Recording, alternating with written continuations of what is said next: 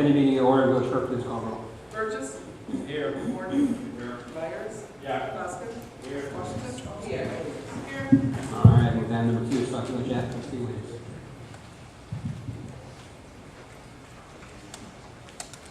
A couple of weeks ago in the board meeting, I did say that while we were at ILM, I did visit Emily and talked about the possibility of having a Sauk Village app. And so I asked them to come and kind of do a presentation with us. I don't know if any of you guys had the opportunity to stop at their booth, but I thought it was pretty interesting that I have a talent feature where I work does have this app. I've spent some time kind of looking at their setup and the things that they can do on the app. I thought that was something we would like to look into, especially since I know we've talked about different ways to kind of present information to residents, and this might be something we should look into. And they did bring a PowerPoint presentation. Sorry, if you just wish you speaking to the mic because with your back to the audience. Right. Keep right in time. So I pressed that right there, so that will get hold of it. Can everybody hear me? All right, perfect. Well, as Rosie said, we met at IML, and what my company does is we build, we do a couple things. We're a full-service communications PR firm that specializes in municipalities, and I'm going to keep it short. I know you guys have a long meeting here tonight, but one of the things we started doing about 5 years ago is building smartphone apps for municipalities. And there's a couple different things you want to think about when you're thinking about potentially investing in an app versus further investment in your website or other venues of communication with your residents. Two things that really set apps apart is one, the ability to send push notifications. So say the fireworks in town are canceled because of rain. You can send a push notification out to anyone who has this app downloaded that will then show up right on their screen. So it's instantaneous communication with residents. The second feature, and I'll get a little bit more into this later when we pull up the slide, is service requests. Again, an example of this would be you're driving down the road, there's a tree down, the resident can pull over, snap a photo, add a GPS location, hit submit, and that notification then goes straight to Public Works. So you're eliminating your phone call there.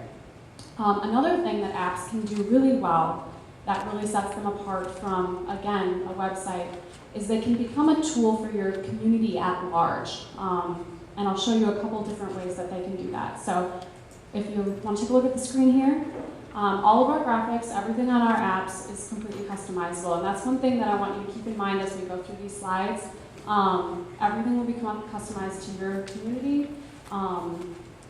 Here you see just a couple different examples of our different launcher icons.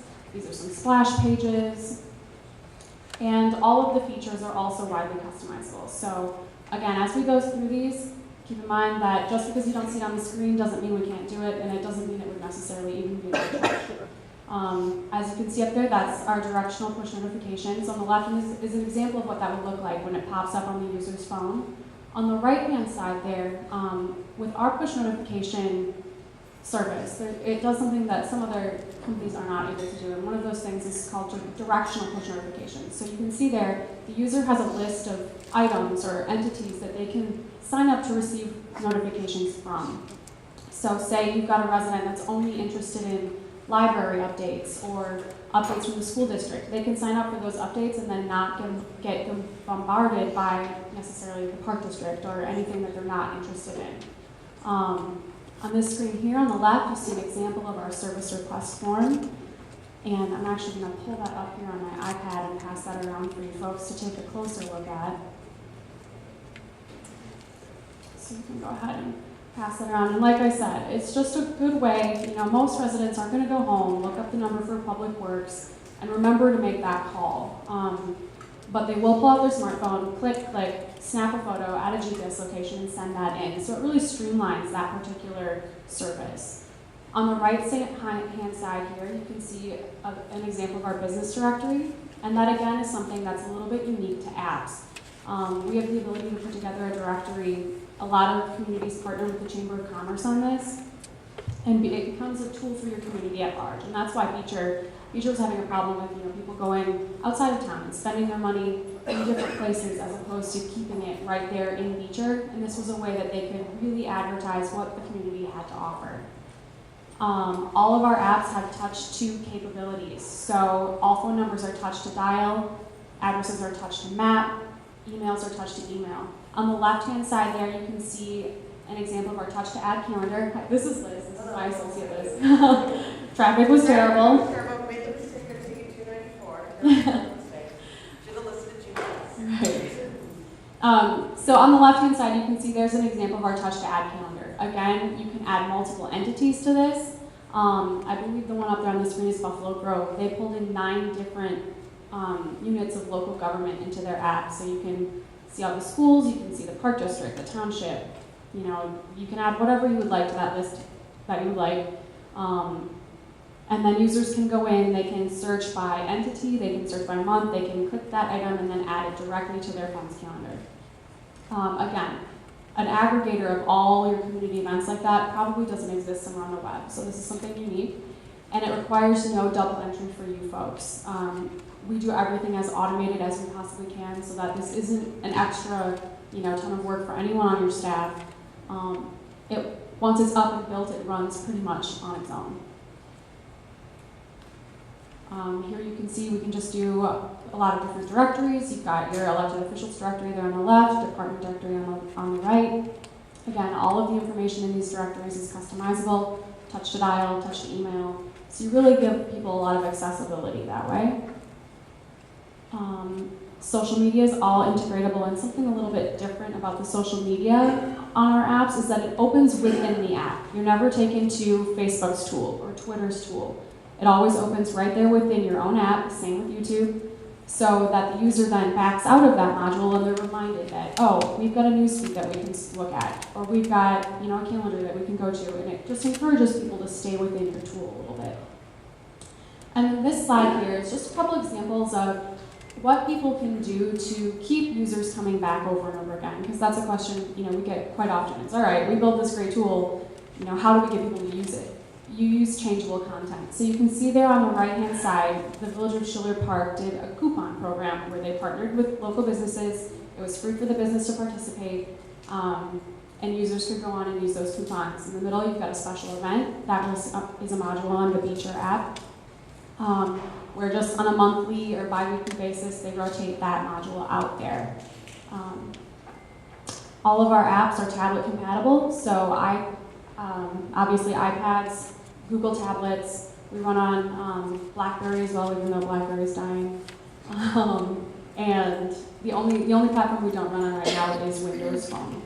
If Windows phones ever take off, we will run on that, obviously. All of the apps are free to download. There's absolutely no advertising, so it makes it very easy for your users to use it. And that's pretty much the apps in a nutshell. Does anyone have any questions for us? Yes, I do have. The cost of each entity. What would be the cost? That's all included. So what we do is we contract with you, the community, and then whatever you want to do to split up the cost on your own back end, that's up to you. That's your prerogative. We do not charge you for including the library of the school district. So the way our cost breaks down, it's a $1,000 one-time setup fee. The only add-ons to that are if you include the YouTube module, that's a one-time $500 setup fee. If you include the business directory, that's $500 a year additionally. And then it's an ongoing service and maintenance charge of $249 a month. That includes every time a new operating system comes out, we stay ahead of that. The user never notices anything on the back end. Anytime you have a new trustee or a new department head, we change that information out for you free of charge. If you want to change out a module, we encourage you to do so. 6 months, 6 months into the app, get rid of your About button and add in the coupon button. You get a second hit at PR, you get a second hit at really getting people to download. So all of that is included in that maintenance. Now, I think I heard you say that you do. Who does the updates for the software and things like that? We do all of that. We handle that on our own back end. So this app is not dependent on your servers. It's not dependent on your website. We pull in via RSS feeds information like the news feed and the calendar modules, things like that are automated. But any sort of directory is built innately on the back end of the app so that the user, say the user's driving down the road, they don't have Wi-Fi, they can still get into the directory. They can still get into those tools that they really need to have access to, even without, a signal, obviously. So, Now, you did mention the coupons. mhm, Would they, the businesses, I'm pretty sure we would have to go out and get those. correct. Will we present that to you, or who actually does the downloading? That's, you guys do that? Yep. So anytime you do a coupon or change out a coupon, you would just send that to us in JPEG form. We would upload that to the app for you. Okay. Any other questions? So anything that we would have as far as updating on the calendar, anything like that, we would just submit that to you electronically, and then you guys would kind of structure how the app will go about that. Correct. Generally speaking, with the calendars, we do that as automated as possible. So I assume you have a calendar on your website. Those events would be automatically pulled in. So anytime you upload an event onto that calendar, it would hit the app within generally 15 minutes is that lag time. There's a contract. We can get that over to you. It's a yearly contract. You can cancel. Yep, annual contract. You can cancel with 30 days notice. Correct. No. And you said earlier that you have to do all the changes. Is there any way that you have a committee with the changes, or is there anything you're doing? What kind of changes are you thinking about? Like what sort of committee?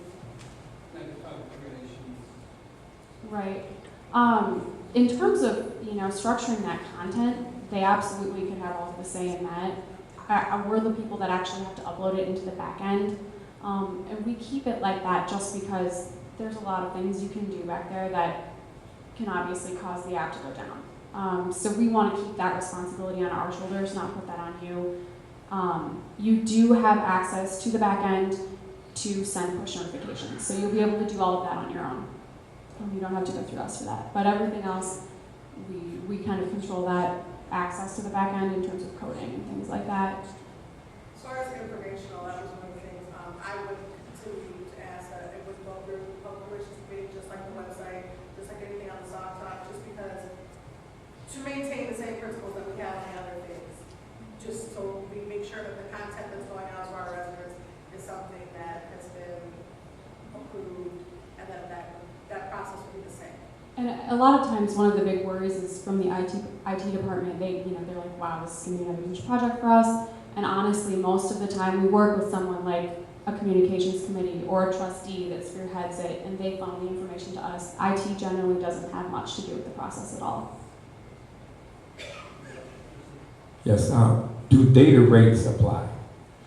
The data rates would apply to the user on, in terms of their normal usage.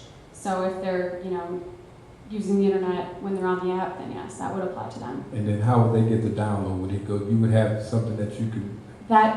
They go up live in the iTunes or in Android Marketplace, so Google Play, and then you can go there and download them. We provide you links to those things that you can use to publicize. Not Amazon, I do not believe. I can double check on that. Just Google Play and Google Play and iTunes. I believe they're the only two. And You say I'm free? the app is free, 100% free, no advertising, no pop-ups, nothing obnoxious like that. We're not making any money from your residents downloading your app or anything like that. It's all 100% free for them. So, nothing sneaky. Any other questions?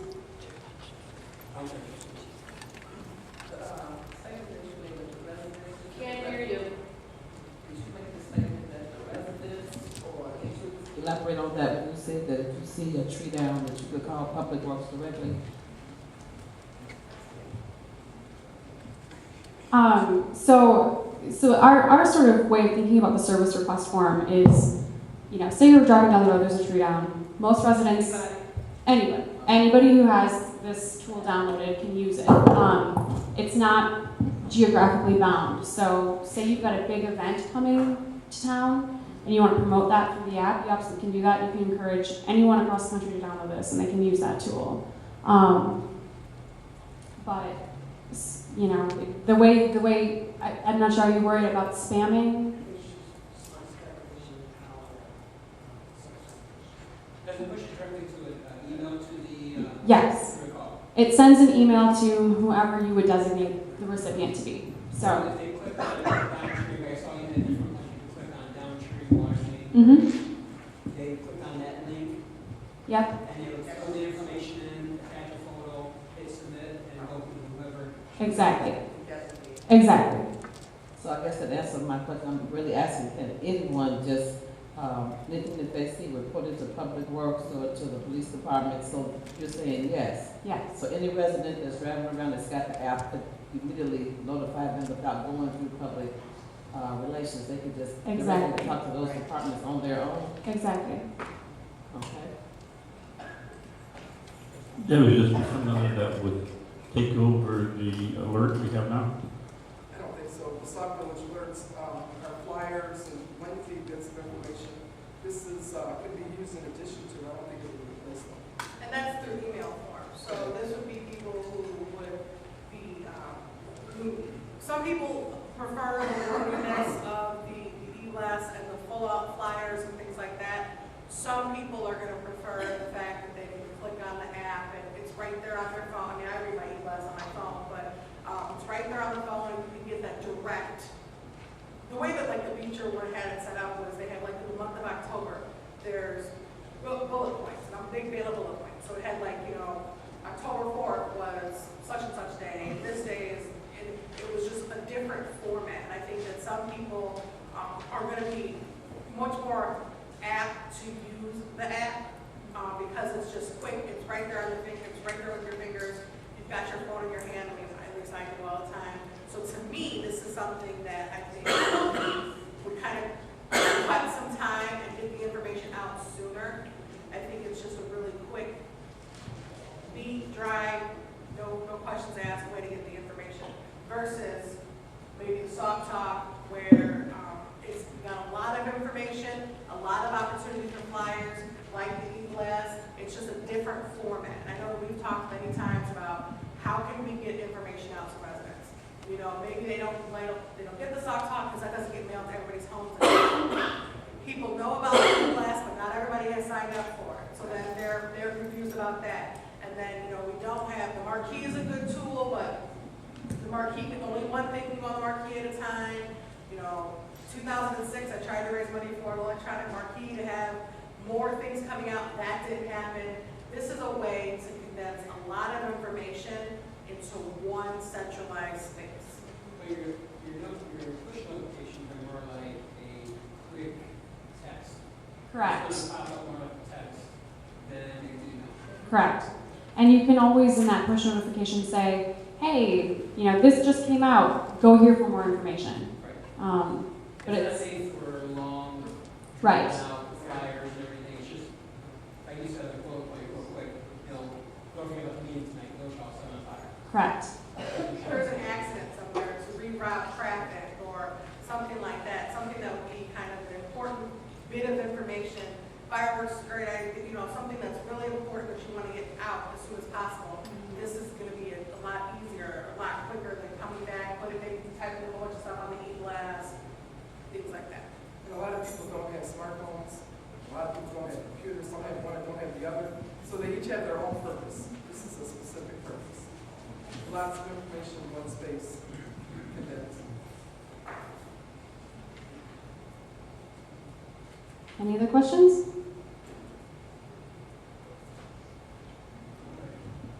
We just Great. contracts. So you get the contract over to Village clerk. Village clerk. And then we're going to do, if there are any further questions, then we'll sometimes sit on it. That sounds good. I'm sorry I was late.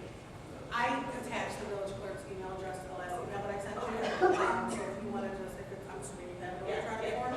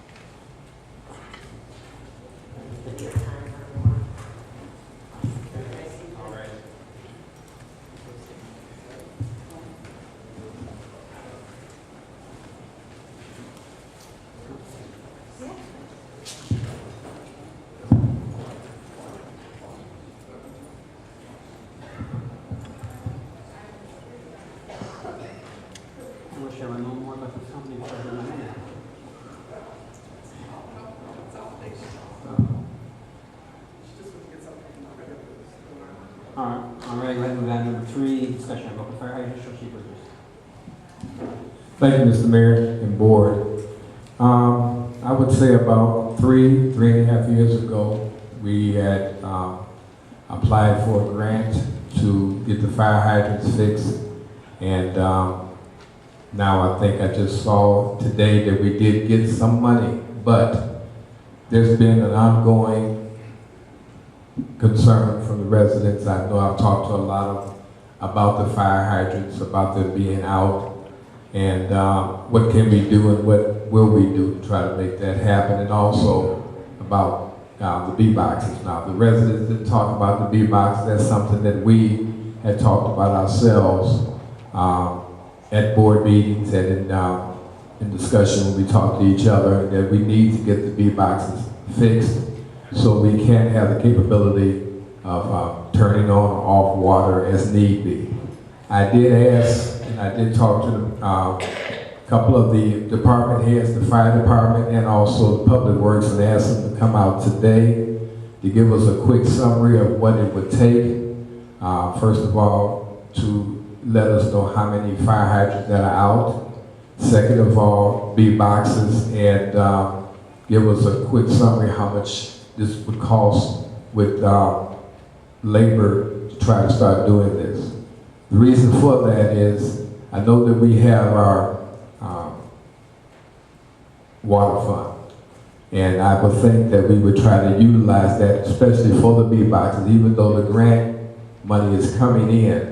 We could utilize that, and then we could, at least get the B boxes and also the water fire hydrants that are really a concern. And I'm sure Kevin can explain, and I would like for both of these guys to come up front now, and they can explain more in detail what it would take, how much it would cost, and something that we need to put in place. And I want the board to kind of listen. And I know we don't have money for a lot of different things, but this is something that I think a lot of residents have been knocking on, asking, coming up here to the village hall, coming out there in the street, talking and asking about the fire hydrants. And so at least if we start something, if we get it going and have it on an ongoing premise, and as we get money, we can pay it back the water from it. In the meantime, this is something I think we should really, as a board, think about. Thank you. Kevin. But before these guys talk, I'm going to get in here and talk about some of this stuff. This problem has been going on for longer than 3 years. This problem goes back prior to Rogers' administration. So we're looking at something that goes back probably 12 to 15 years. We've had problems with fire hydrants. We've done some little bit of background. This has been a key point on this administration, and we've worked very hard. One of the first things we did after being elected was putting together white pages, applying for grants, and now just a little over a year after being in office, we're starting to see the grant money come in. So we've already talked about $25,000 for fire hydrants, $50,000 for fire hydrants, B boxes, and curbs.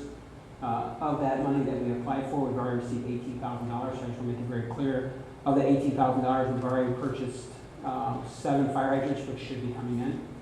So as the money comes in that we receive for these grants, we're putting it right back in. We're getting these the tools and equipment and the parts that we need. So when taking office as acting mayor back in the end of November of 2012, we had well over, in advance of over 70 fire hydrants that were out of service. Somewhere closer between 70 and 90 fire hydrants that were out of service. As of today, we have approximately 61 fire hydrants that are out of service. We're right about 10% of fire hydrants that Sauk Village has right now that are out of service.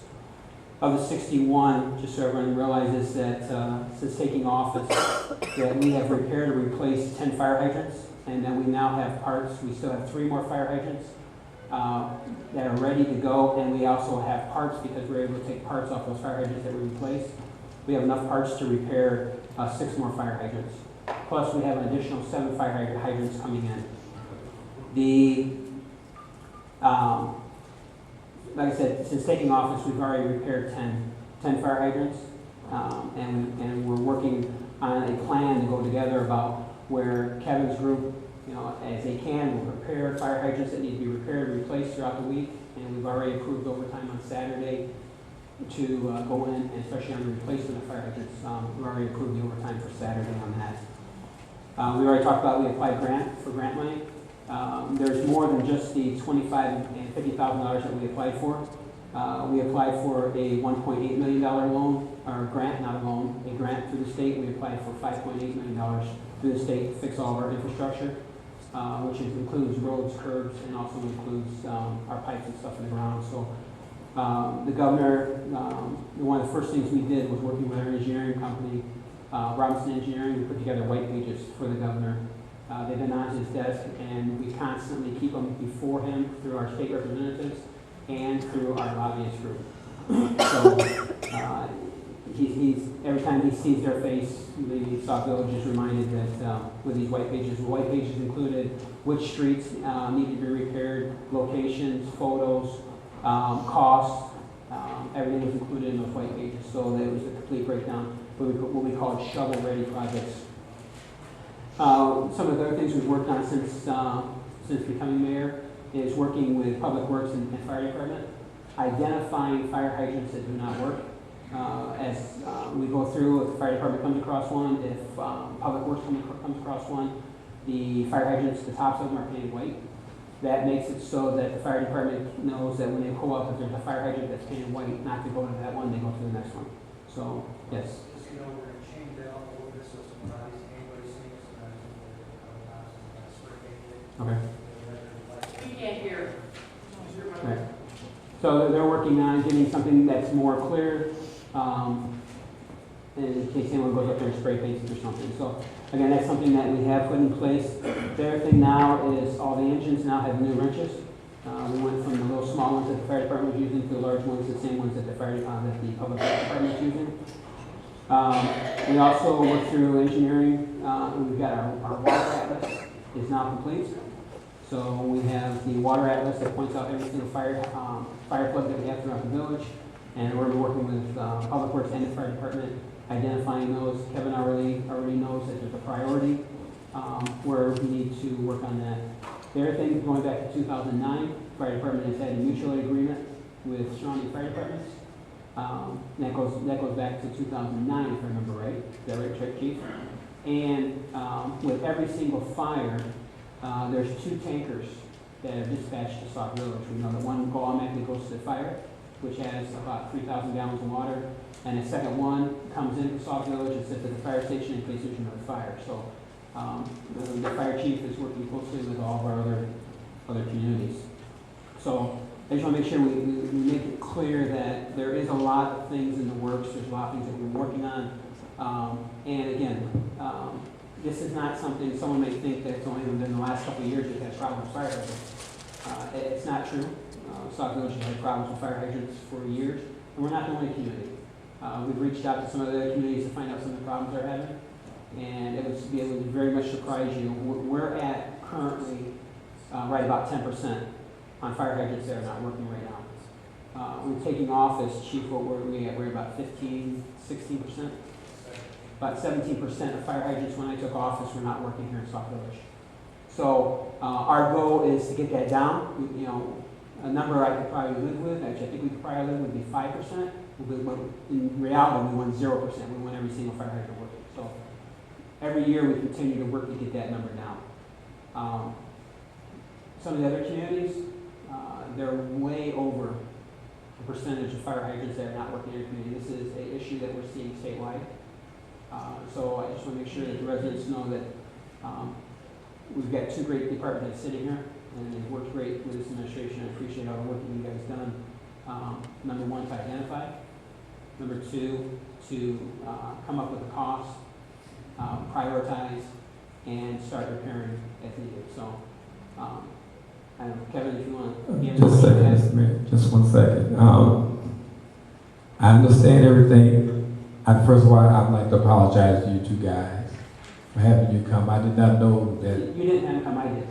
Because okay. I asked for a vote. Mr. Mayor, I'm not trying to debate. I'm just making a statement. That's all I'm doing. I'm not here to go back and forth. I'm just making a statement. I had to ask them also prior to talking to you, and I asked the clerk to put this on the agenda last week for a reason, so they could come and say basically what you said. Had I known that you were going to do that, sir, I never would have asked them to take their time out of their schedule and to come out here and explain everything that you just got to explain. And yes, this has been an ongoing, but to explain it now, everything that you just stated was, I thought the chief and the public works director were going to basically bring out. But if you already had this taken care of, then when I put this on the agenda, you could have told me, trustee, this is what it is, I got this, because it seems like everything that I talked about, you stated that,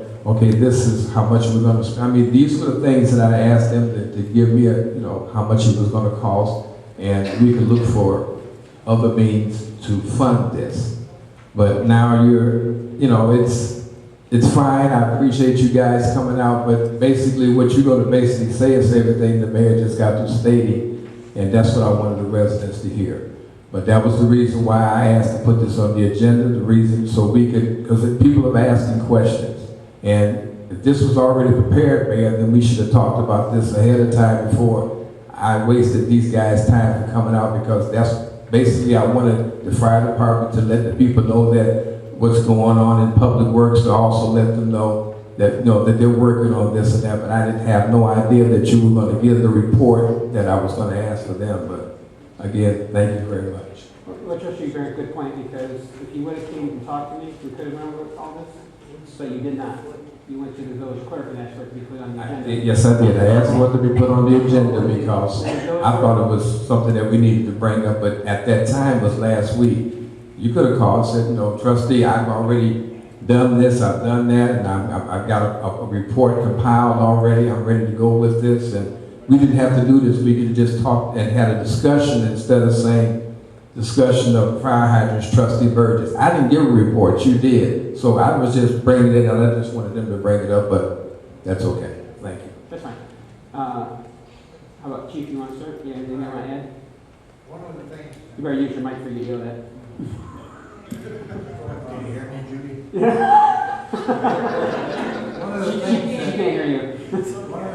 that's upsetting, along with Kevin, we had a commitment from this board 6 years ago. We had a plan in place. And that plan lasted as long as I could make that front door. There was commitment on our side. There wasn't on this side. We've got vendors out there now. If we want to deal with them, we take a check in hand. Is that our fault? It's not the village need. We've got to have a commitment. You order the hydrants, that's just one part of the commitment. The second one, the board has got to make a commitment to put the people out there and do the job. Other than that, we're just sitting and talking around. And so the board knows, then you have to explain about how we're going to get these fire hydrants changed, what we talked about throughout the week and then on the weekends. If you just let the board know. Excuse me. Basically, what we'll try to do, and our goal is to do, is that we'll have multiple hydrants in the day dug through our business day, and then we'll pick a weekend day to install those hydrants. So it'll cost a little bit more time, but it'll also give us more opportunity throughout the day to do a dig and more of our general work operations. So this will speed the whole process along. It'll give us an extra day of the week to work. Kevin, I do have a question. I think it was, and Mayor, you can attest to this also, because I did at that time call you when I sat in your office and asked about having a detail on Saturdays to fix the broken lights that are doing in the village.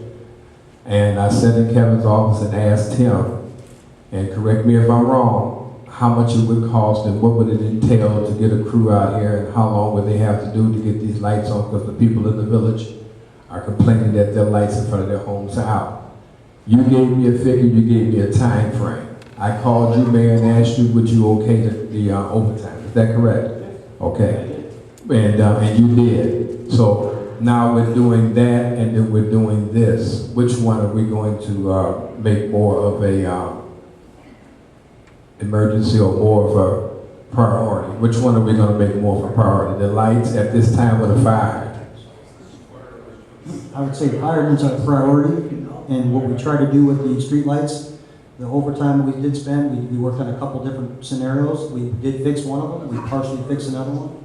We got another one throughout the week. We took care of another section of the one out in Deer Creek.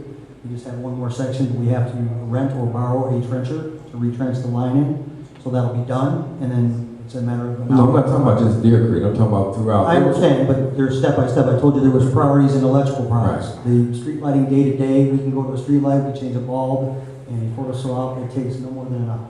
Okay. Whereas we're taking a fault locate and digging the ground out to find that fault underground, that may take 4 hours to find the fault, and then you have to dig and do the repairs, whatever required.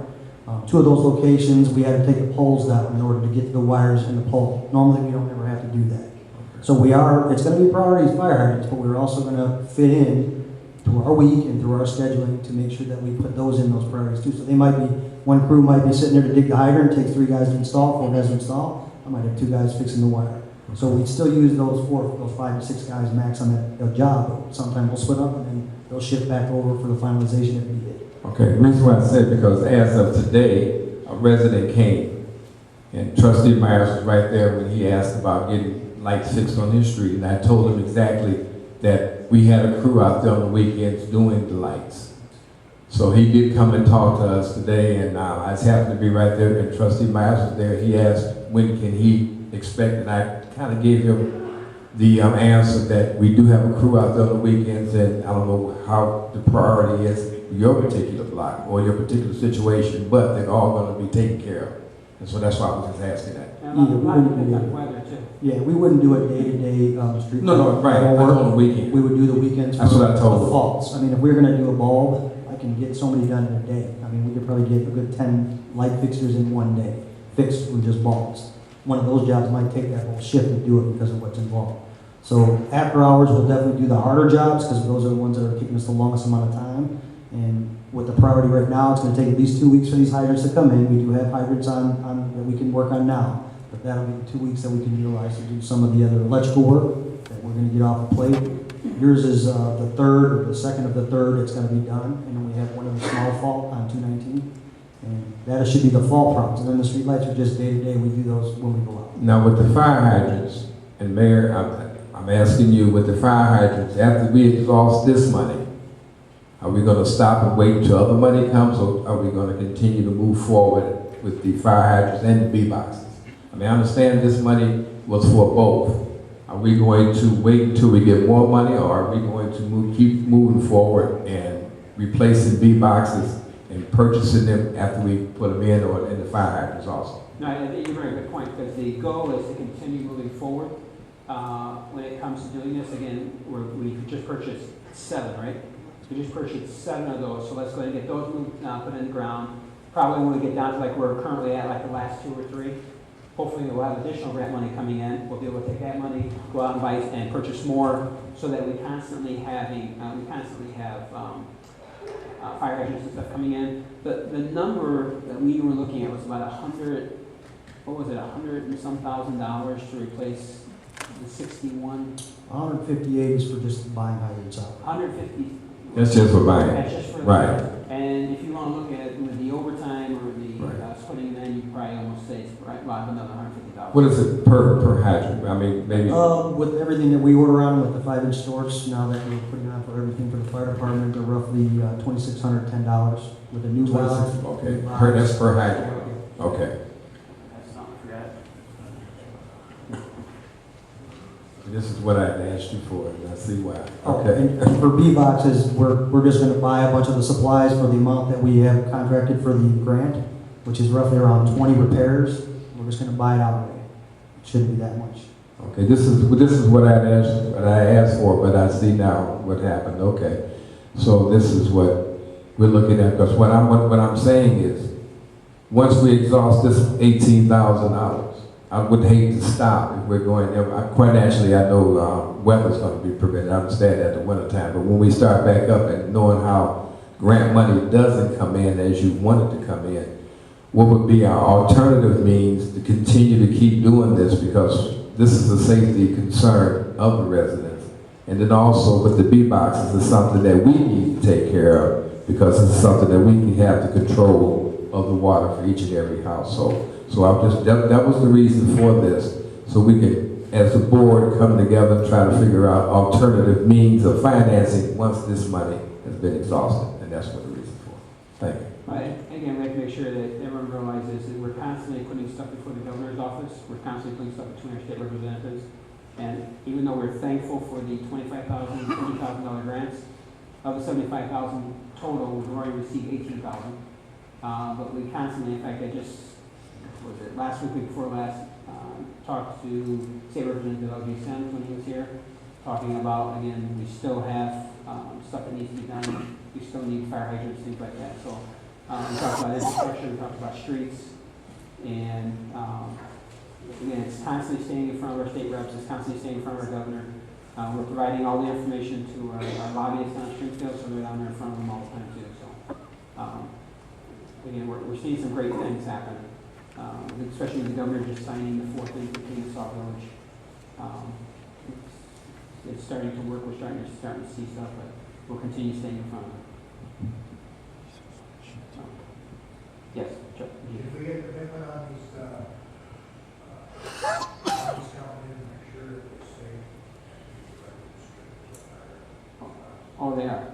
Literally, the grants are spelled directly out what they can be spent for, so that's what we're using it for. That's why when we got the $18,000, we went ahead and moved directly into purchasing those fire hydrants.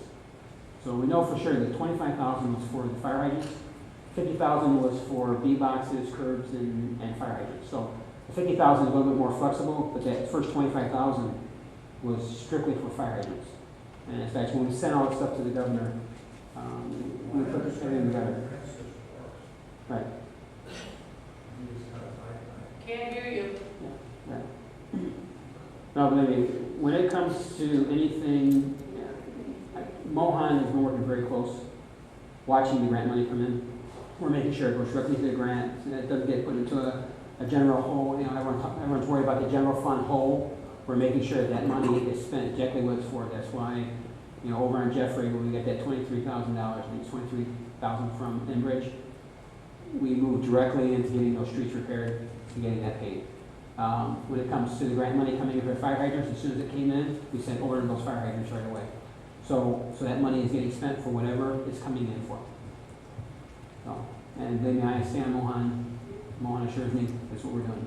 No, we gotta stay on top of it, because I already did all the paperwork for the Attorney General on our last grants. All right. I don't know if it's just our villagers, I don't think everybody. Do that all the time. Right. No, definitely. Just so you know, though, I do have the copies, and I will continue to. Other $50,000 that we were trying to get from the state, we got $12,500. And of the $25,000 that we got for the fire hydrants, we got $6,250. So, you know, I'm hoping that we're going to get more money, but that's what we got. Other $75,000, $18,000 came in. So, you know, are we a high priority right now with the state? I don't know. Is this a high priority? It should be. But what I wanted to find out, what can we do as a village to kind of subsidize this until we get that? In the meantime, the people of the village can feel, you know, a little safer that they're seeing that their fire hydrants are being replaced, even though, and that's something that I wouldn't have a problem with using the water fund money for, because I think that's what it should be used for, is something like that. And that's what this whole thing was all about. All right. Anything else? All right. Thanks a lot, guys, for coming in.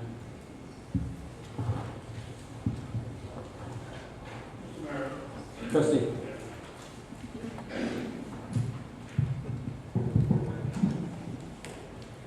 So we just gave the superintendent of public works the authority to keep moving forward, working on Saturdays and repairing the hydrants. Is that correct? That's right. Okay.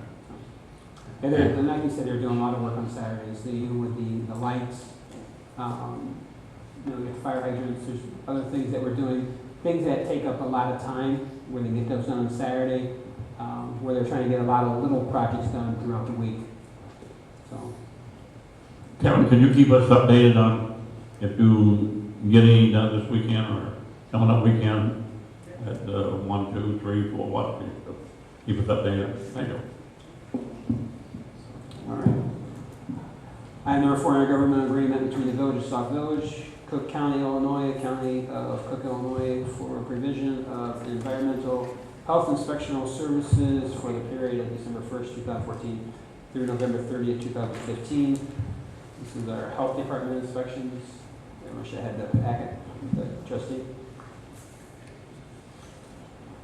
I know we do this every year, but I checked back in my notes, and not too long ago, we just signed a contract for them to do our inspection. I thought the contract was for a year to year, and it was just when we went through the last inspection procedure. Has that changed? Is it going to go 6 months, or is it, how do we do that? This one's for a year. It's always a year. I know that year, when we just went out there and started doing business inspection, that's what we did. Just the same rate that we've got since I- You sure it's time's not just going faster for you? Huh? Tell me about it. It's the same one I've seen every year since I've been. I know it's the same contract and everything, just that I thought we signed one about 6, 7 months ago. Because this one actually, our one we signed expires before December 1st. So this one has to be signed and approved before December 1st. Did they increase their fee? It doesn't look like there's been any changes, it's just that the one that we currently have in place expires before December 1st. And how much? So we're just getting it done ahead of time. How much is that per inspection? 60, 60 to 65, whatever it is. It's a good agreement. For some reason, I think it's 60 because we included it into our inspections and into our business licenses. Yeah, we So talked the first about one, that. first one's already paid. We was waiting, now, and then, yeah. $100 page Okay. Bible page 2, $100. Sherry, you have to tell, ask Sherry what you guys are currently paying with this agreement is the one that expires, it replaces the one that expires November 30th. So are we, Mr. Mayor, are we wanting to go ahead and incorporate this fee now to the county? We're going to spread that across the board to all the businesses that require the health inspection? We'll have to. We have to go Yeah, back and look at yes, those I think ordinances. so. Because I think the current ordinance is what, $60? Yeah. For some reason, 66. That's not going to make anything tell you now. Okay. Let's go back and look at those business licenses again. So I'll put that on the agenda. This doesn't take place until December 1st. Correct. So we have time to do an amendment to the ordinance. Send it to the ordinance review committee. So we'll send it to the board. Good job. So we'll look for you to come back to the board with recommendations. But in the meantime, Yeah. in the meantime, we put this on next week's agenda to put this now, or wait until we talk to the ordinance review committee and wait, Well, bring it back on time. I don't know if we need to wait on this because what they're going to look at is the current licenses. Do we need to increase those to make up for this? All we do now is the agreement with the Cook County Health Department to do our inspection. Yes. So my question Yeah. is, can we carry this forward to the next agenda? I don't see any. I would look for it to be approved next Tuesday night. This is an agreement so they can continue coming in and doing our Right, I inspections. and our understand, I'm businesses. asking board approval to go on the agenda. But my question would be, okay, we approve this, but then don't you think we need to let the businesses know that we're getting ready to raise their rate? We're not. County is. Okay, but, I mean, we're passing it on. I mean, they're getting ready to raise their rate, don't you think we need to let them know that? But it will be talked about during the committee meeting, so, I mean, whatever the county charges us, Right. we pass off to businesses. But if you charge them $60 now, then they come out, because they're charged, $100. yeah, they charge us and we have to charge them. So we're shy of $40. So we need to let them know, I mean, don't you think we need to let them know before they pass this, or you want to pass it before you let them know? That was my question. The question is, if you don't pass it, they won't come out and do our inspections. Right. Oh, they're gonna do it, they're just gonna, they're gonna do it, but that's as of December 1st, I'm talking about right now. Right now, I don't know what it is right now. You said it's $60. They came out today, would it be $60? Well, if we're still under contract, If they're under contract, we just spell it out, $60 a pay, just stop. Right. I think the county will come back after us for additional. After December 1st. Right. So right now it would be $60. Okay, That's so per our agreement. that's per our agreement. That's what I'm saying. We should, I mean, I don't know if there's a rush, if there is, you know, but I was just thinking that we should send them out a letter to let them know as of December 1st Why? that we will be I have charging no more problem because with the that. county went up. We're gonna have Sherry do that, Well, to all the visitors. You can't send a letter out until you bring the ordinances for the licenses and increase it, because it's by ordinance. That'll be on the next agenda, if the ordinance review committee presents it. Right. I can put that ordinance amendment on the next agenda, then a letter goes out. So, and it has to pass by the board before you send a letter out, then you would let them know that according to the contract with Cook County, that the rates have increased. Okay, thank you. So we'd like to have this on the agenda for next week to pass the agreement with Cook County to continue doing our inspections. Consent agenda is New business. All right. Item number 5, Housing Authority Commissioner O'Connor.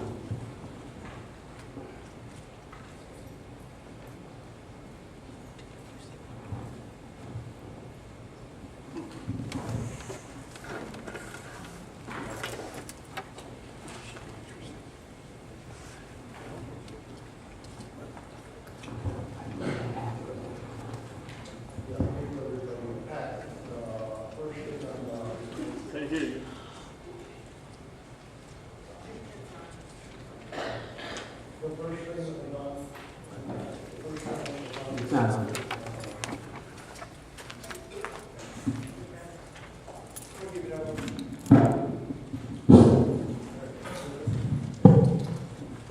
The first thing that was on the agenda was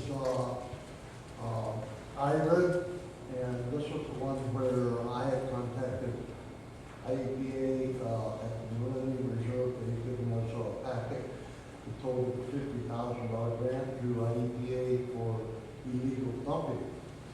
I contacted IEPA, and I had a return call from P.L.A.N.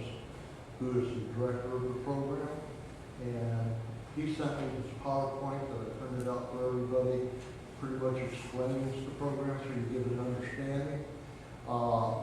It's based on not 50,000 for the whole project, per project.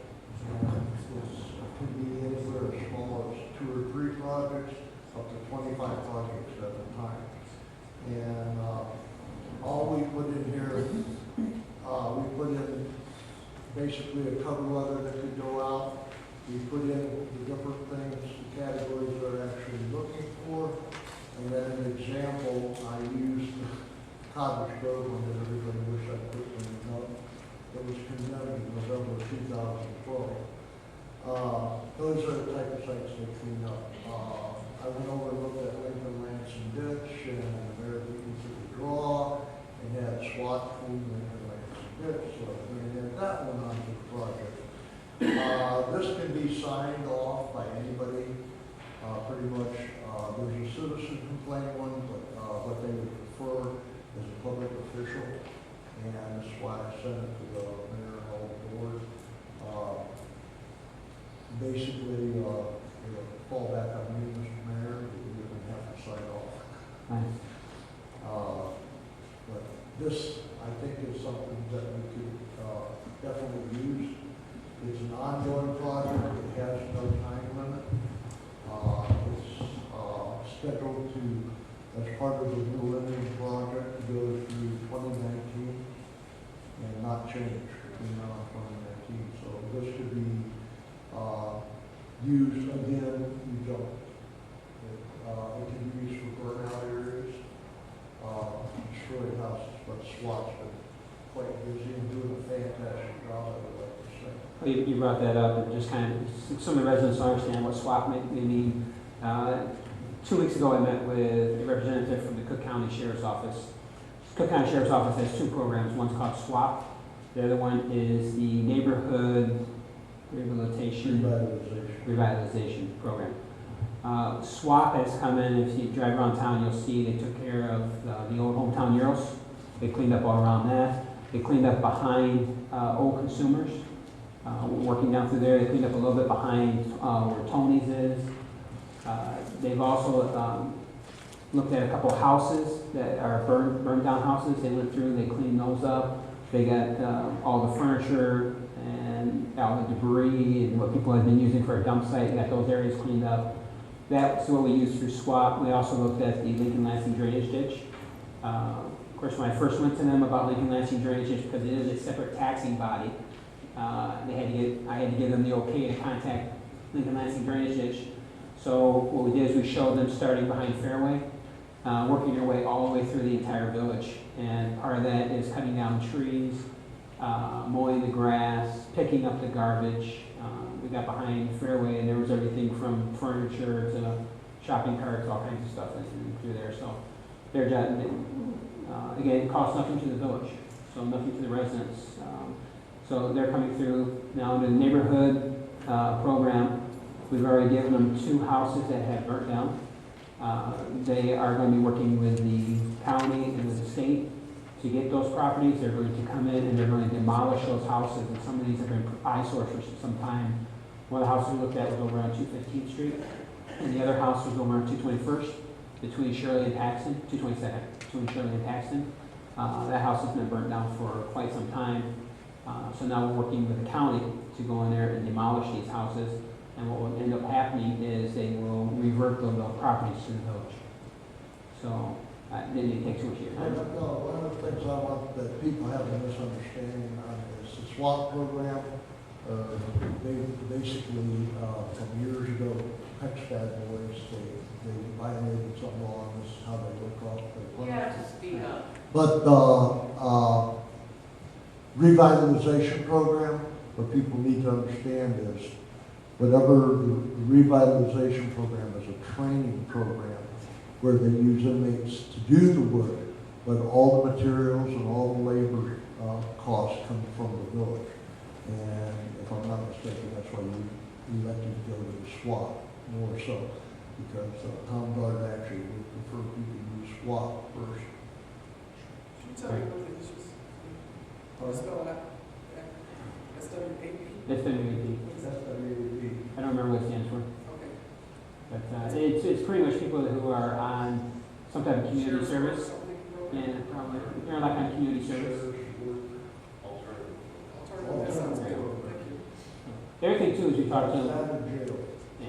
Well, the other thing we have talked to them about is, you have all type of people who are in community service. You may have lawyers, you may have carpenters, you may have just regular laborers.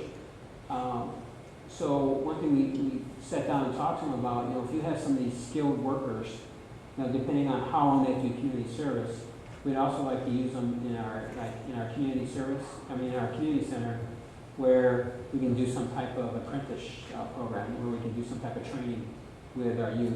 So they said they've never been approached that way before, and they liked it. So the sheriff I talked to, he's going to take it back to Tom Dart and bring it to him, because they said they've never even ever thought about something like that. So because you think about it, you have an attorney out there picking up garbage. I guess it doesn't hurt them because their hands dirty. Or you have a carpenter out there. Just think what they could do by teaching the kids, how to make a napkin holder or something like that. Something that it doesn't cost us a lot. They bring their own tools. They teach the kids how to do it. Something they can take home with them, and they can tell their parents, they can tell their grandparents, or relatives, okay, I made this. So we're going to see where that program's going to go. Hopefully, we'll see something happen there. Okay, the next thing on the agenda is a hot topic. Late last year, we entered an agreement with IDA for a $75,000 grant for programs within the village. When we first applied, it did ask for, it was a reimbursement program, but at the beginning, we explained the financial situation of the village, and they did do, they looked at audits and everything, and they said the first drawdown, we wouldn't have to have the funding up front. Partway through it, we got the state comptroller turned them down and said, no, it will be reimbursement only, at which time I brought it to the mayor's attention, and we ceased the cutting program for basically 10 days, at which time the village did loan the housing commission money to pay the people up front. Subsequently, since then, we've reestablished, and I've been keeping all the trustees and everybody in the loop. IDA has never, ever done a program like this before, and they themselves admit that it is way beyond the scope of what they thought it was going to be from the beginning. Just to give an example, these are the two extremes from the properties that we've started this year. The one on this side is the least we had to do to a property, and this is the most. And as you can see, it had a long range. The report requirements have changed as of this morning 12 times. We have continuously turned in reports. This is one of the reports, and this one here is 869 pages long. When we submitted it, we submitted pictures to them. They requested that we label these pictures by the address and the different prospects on the property, which we did. As of 10 o'clock this morning, they changed how they want the pictures to look. Now, I'll open those to Andy.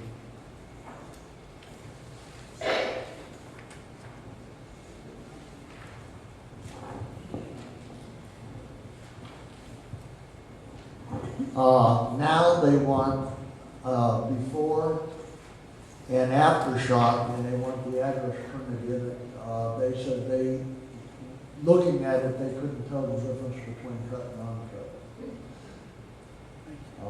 which I found kind of quite amazing. I asked the person that called me this morning if they could tell when their law was cut. Subsequently, we started to readdress this issue and start labeling them the way they want. What you need to understand is there's 750 pictures that have to be labeled now. But I'm going to ask Village Clerk Williams to explain and conversate. I was in a meeting, so I couldn't take the call, and Debbie was gracious enough to take the call for me, and I let her explain. I put it on you. I prepared you for that. Glad I took notes. Okay. I spoke with Russ Ryder today from the South Suburban Land Bank, who told me he spoke with Nikki McCory, who works with IDA.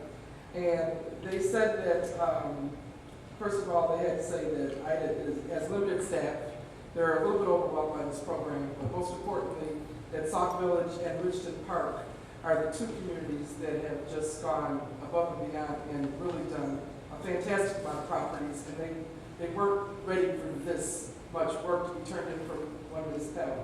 So Sauk Village and Richton Park are both having the same problem. Some of the other communities that have smaller projects going, it's easier for them to do the reports that Gary's doing. Their reports are probably a few pages, where Gary's are several hundred pages, which, great job, Housing Commission, for taking the time to do that, because even though they're not submitted in the proper format, according to IDA, they're looking for a specific format, and like Gary said, even as of this morning, they changed the format again. So I totally believe that the Housing Commission has done everything they've been asked to do in the fashion that they thought it should be turned in. However, in saying all of that, Gary is continually trying to reach out to Russ Wright and the IDA to find out when and if this money is going to be coming. As late as today, this morning, we made another phone call. And at 4 o'clock today, just a few hours before the meeting, Russ Wright reached out to whoever would call, and I got the message and I called. And this is what he told me. He said he was happy to announce that both Sauk Village and Richton Park have been approved based on the applications that they have submitted up until that point in the fashion that it was submitted. However, any work that was done, and I don't know what day was the last time we submitted to them, any work that was done from that day forward must be turned in the fashion that they would prefer.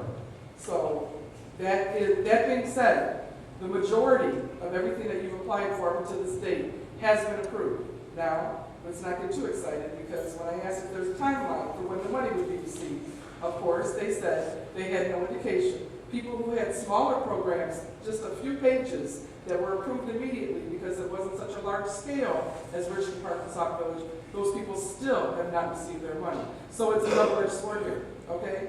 You've been approved based on what you've submitted, but is there money coming anytime soon? The answer to that is no. Nobody has received any money, regardless of the size of the project. It's just that your project is so magnanimous, and so is Richland Park. But good news is, it's been approved. So just so the board knows and the residents know, there's 50, how many communities? 53? 53, well, there's 53 different communities, but the land bank comprises 5, which is only one of those 53, but there's actually 5 communities. One of the other things, when they called me this afternoon, they said that they actually invited Mayor Reinhold and my group to sit in with them and actually develop the program for the next go-around. The only thing they found in error at all was the pictures. And I was told as late as this afternoon after Debbie called me and then I got a hold of Russell now. There's 18 communities out there that use the money solely to tear down properties. And in the original IDOT thing, it didn't call for grass cutting to have pictures. It only called for destruction and construction to have pictures. Halfway through the program, they told us quit sending them pictures. Okay. 18 communities submitted and tore down properties. In those properties that they tore down, either went back to them today and said, okay, here's the pictures before, here's the pictures after. Where's each step in between the pictures for that? So it goes back to that they don't know what they're doing. And it's not really their fault in the respects that no community has ever attempted, or state agencies attempted it on the scale they did. And it's really ironic because if David will remember last November, they were originally talking about doing it in 250 communities. Right. So, as of date, the money that will be recovered is that first that was submitted July 1st, that was for payment August. The reason they're having to change around and do their itinerary different is the next drawdown, which they've changed to reporting time instead of actual drawdown, is November 6th. And by state law, they have to have that money. We have to disperse the first drawdown before you can even ask for the second drawdown. And they were given no leeway from the schedule that I had emailed everybody. They have to stick to that schedule. So I'm meeting with them later this week. They sent me these examples of how they'd like them. And then we'll have the next drawdown is due in 4 weeks. So we will have that done. We have this part of it done. All we have left to work on is the pictures. They've already pre-looked at our reports and they've approved the reports. They just want the pictures changed. Anyways, this next drawdown, this money would be inclusive into that. And I've been told, but I've been told this 20 times before, that once the drawdown is submitted, that the money turnaround will be right away. The drawdown that has been approved now actually has the monies to cover this, and that they've only got 4 weeks before the next drawdown, so I feel that the monies will be here within the next. From 9, actually, from 7, I cut off a piece of it, it's actually from 6:27 to 9:30. there was 937 times 122 lawns were cut, 937 times. And the total draw is the public works working after hours on the project. The employees of the public works, their portion of it came to $10,655. The resident cutters that we have, and you need to keep in mind that the resident cutters and the public works cutters combined is only 20 cutters. Okay, and the resident cutters, that in that same time frame, it came to $12,135 for a grand total of $22,790. Is that the latest report that they approved up until September 30th? So these are the figures of what they approved up to this point. This 22,790 plus the 7660. So anything after September 30th, you're going to do in a different format than they asked for. Gary, am I understanding that nobody on this list has received anything from the county? No. No one? Yeah. No. No, they haven't, or that's not right? Uh, No, they haven't received any money at no all? one has received a penny. Okay. There's another misconception in here that no municipality can use the grant money for administrative uses at all, so all the paperwork and everything we've provided. What I found ironic though is the people who do the audit are paid by the grant. And I always thought, well, we can't get paid, they shouldn't either, but Is that part of the grant requirement that's spelled out that it cannot be used for it? And it can. we should What goes mention it to to our, What goes to municipalities cannot be used for any administrative cost whatsoever. I can't buy a paper clip with a penny of that money. And that money, that's why the total audit is 1,177 pages long. The current one that we're submitting is 3,105 pages so far. That's not counting pictures. so how much of that money was paid to the auditor, you know, off the top of your head? Pardon? How much that money was paid to the auditors? You said they were paid by money. How much of that money was paid to the auditors that you referred to? They have, because of the administrators of the whole program, the grant says they can be paid, but it's very, quite specific that municipalities cannot draw any administrative funds out of that. It's, like I said, it's a new program, they never knew what they were doing, and the comptroller approved for items administrative. They actually, as Debbie pointed out, had a minimal crew. They actually had to bring on more people, and they were approved to pay for out of funding for that. The auditors that you're referring to don't come out of the Sauk Village's money. It comes out of the IDA. That comes out of items. It comes out of the state So- a lot. We haven't violated the contract yet. No, That's what I'm asking. no. They're the ones that have made the only changes to the program. There, you're speaking of the county, Well, actually, the state. the state. Okay. So, I know every day you gotta be hit by these people where my money at. Which I don't blame any of them. I don't either. I don't either. Especially, it says here that the public works people cut yards 6 times.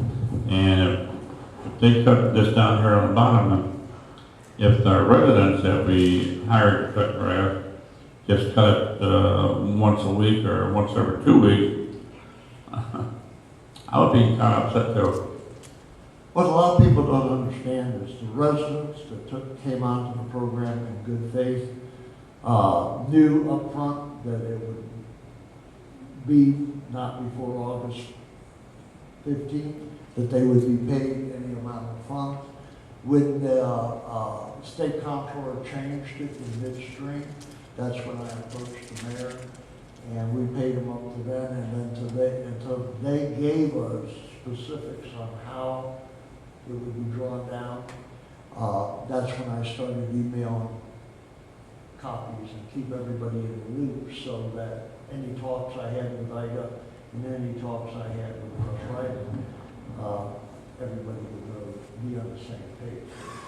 But all these cutters, and I had hats off to all these cutters, because they paid for their own gas, their own equipment, everything came out of their own pockets. Wear and tear more, and all the sweat and blood they put into this program. And for those 20 cutters, including public works guys, to cut over 900 lawns, all I have to say is job well done. Now, this 900 lawns is only the current. Before that, they also had cut 360 other lawns. So they're well into the 1,400 range for cutting lawns. And they haven't got paid for that either. No.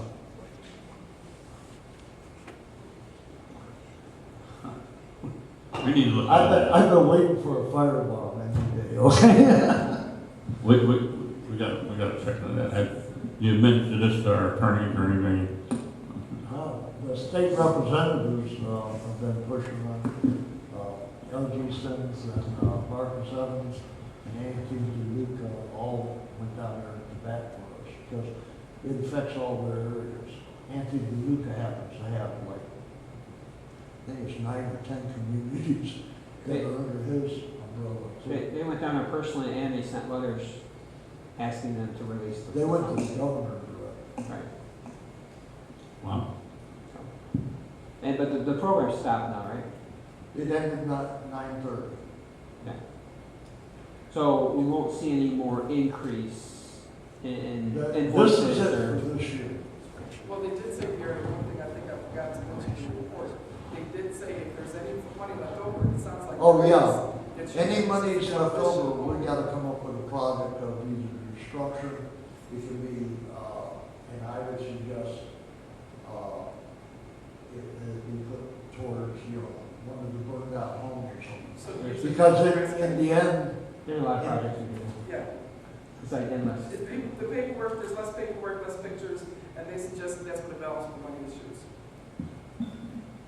yeah, they said there was none, and they even told us, there's no problem with the paperwork, it's the pictures. Gary, can you And they get, didn't want in the first place. can you get all the trustees the total amount of everybody from the first time to this time here? A total amount, this one here is just for this one. Can you get us a copy of the total? Yes.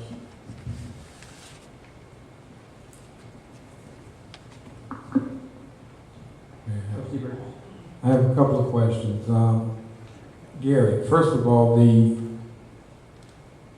village public works, I see that,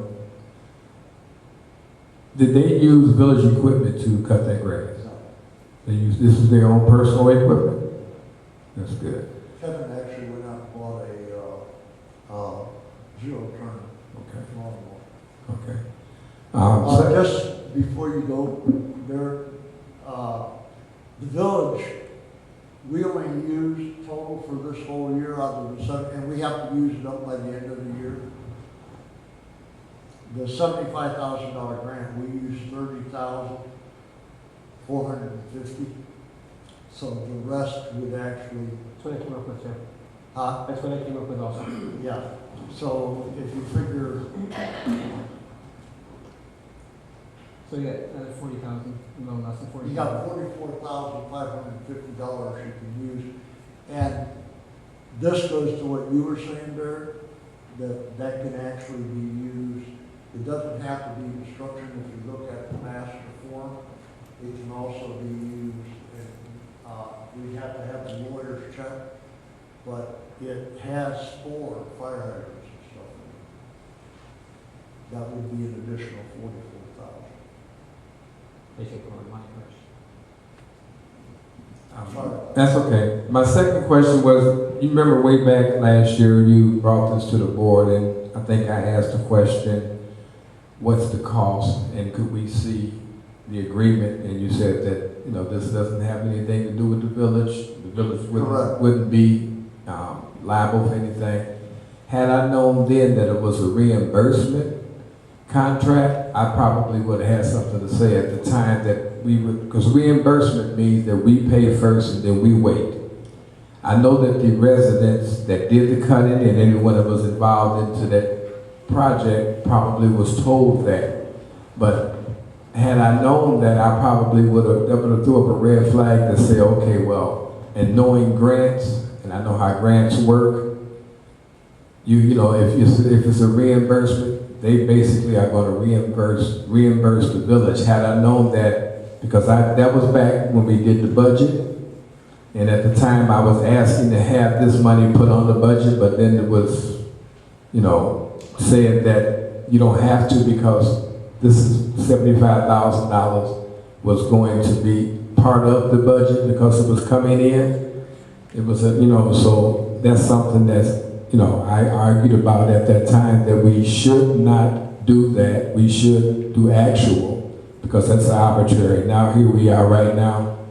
And I think what you're asking this board to do now is reimburse the people that did the grass cutting and then just wait on the money to come in, which is basically what it is. Brad, you know, we can go back and forth, but basically I think that's what you're asking is for us to okay this $22,000 and then quite naturally we will wait on ours. To tell you the truth, I don't know if it was in the budget, fine. But the budget didn't include that. The budget included the grant, which is arbitrary, which is where we're at right now. I have no problem. I just wanted it to be made aware of and everyone to understand that what we're doing, if we approve this, would be to reimburse something that at the beginning we didn't know the rules. Had we known the rules of the game, then, you know, I would have no problem. Then we would have probably hashed this out back then, deciding on whether or not we want to go into this particular agreement with IDA. What is it? IHDA. We wanted to go into agreement with that, but at that time we didn't get all that information. But now here we are. People have done a job and they want to get paid, which makes sense. But the business aspect of it, and it's hard to say, but it's the truth, that we cannot back each and every grant that comes along. But this is something that, you know, they knew going in, as the mayor stated, they knew going in, but they still want to get paid. There's a lot of money that some people are owed $3,000 per, you know, and that's a lot of money to have out. But, you know, only thing I'm saying is I hope that we learned our lesson this time, that we don't enter into an agreement without knowing and without getting the board involved, because the only thing that came before the board is we wanted to have a place to place the money when it came in. Right now, there's no money in that particular fund, so it is just a fund, it's just open. So, you know, it's up to, you know, I come right naturally, it's up to the board, but I'm just hoping that we learned our lesson this time. Last time, at least I have to commend you that you are coming before the board asking for the money this time. Last time it was paid out before the board knew anything.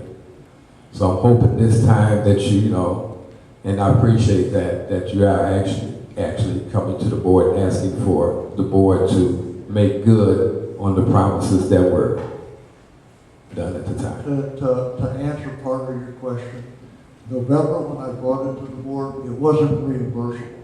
It wasn't not reimbursable. It did not become reimbursable to June 15th of this year, after all the communities already started the program. That was the first change. I didn't know that in June either. We didn't know that in June. That was the first change. I just found out about a week ago. Either, and at that time, that's when I took it from there. Okay, because I mean, even with the 7,600, we didn't know. I didn't know at the time that it was reimbursable. I just found this out about a week and a half ago through a communication that the agreement was that it was a reimbursable, that we would pay up front, and the grant would reimburse the village the money at the time, which we I all brought it to the board in November and December of last year. It wasn't. not really. And I will forward you the letter from June 15th. Okay. I didn't know June. When it became, Okay. Okay. Well, I didn't know John. Just like I said, I just found out, but I'm glad now, as I stated before, that you are actually asking now rather than. And it wasn't you that gave the money out. It's not you that gave the money out, that okayed the money or whatever, but I'm glad now that it's actually coming before the board to be voted on rather than pay it, and then I see a accounts payable check already been signed and sealed and delivered without the board's approval. That's all. the only thing I'd like to say in closing, without this program this summer and the hard effort of these 20 cutters and the volunteers I have that are on the Housing Commission, I think the village would have been in a lot greater dire straits by the effort of these people cutting these 122 different lawns. We've reduced the rooms in those areas, we've reduced the appearances, and this in conjunction with the IRID program, I think can move the village forward. I already told Ida, Derek, that, because this is a 5-year program, it's supposed to be renewed every year. And I said until they can prove to me at the board that they have everything in one shot, we're not moving forward. I will refuse. If I knew what this entailed, just to give you a slight example, we, in the reports that we have to submit monthly to IDA and stuff, have used 5 cases of paper, 15 sets of ink cartridges, and approximately 1,200 hours of our time, not counting the gas and time we have to go and inspect all the properties ourselves. I appreciate it. I just hope next time you instead of saying we got this, embrace us and say, okay, let us be part, let us know what's going on. Well, I think the aesthetics speak for themselves. Yeah, way to go. Trustee, Yeah. Trustee Washington. Thank you, Mr. Mayor. I just want to say, Commissioner Hogan, I think that you and your commission have done an outstanding job. Just to know that you did all of those hundreds of pages in reporting, that is just phenomenal. Being an administrative assistant myself, I know how much detail had to go into that report, and I do know from past experience that when you get grants, sometimes you think that funding is coming, and in the middle of the grant it shifts. It's just disheartening. So either you just stop and drop the ball and let everybody just subside and quit, or you keep moving with the program to see it through to the end. I want to piggyback off of what Trustee Burgess is saying. I am also glad that you're coming before the mayor and the board asking for assistance before it actually happens. This time, from what I understand, being a trustee, any and all money that is spent is supposed to be pre-approved by the board of trustees. So I think all of that is a part of Sauk Village moving forward. But I do want to commend you and your commission. This has been a very tedious job, very stressful job, and all of you I've seen you in the community. I've seen all of the commissioners out there working with the cutters, and I've talked to the cutters myself. It is a great undertaking to help Sauk Village look beautiful and to move the village forward, and I'm very proud of you all of what you've done.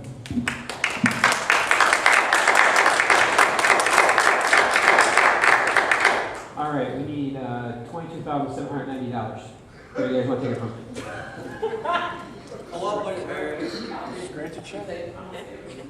Does anyone have any suggestions?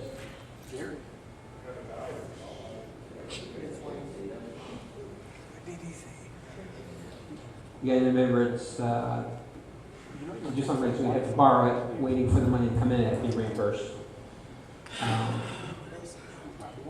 So to the board. I mean, I've got stuff written down, but I'm waiting for the board to speak up. Trustee Williams. So, the amount of money that we owe now, plus the balance of the total of $75,000.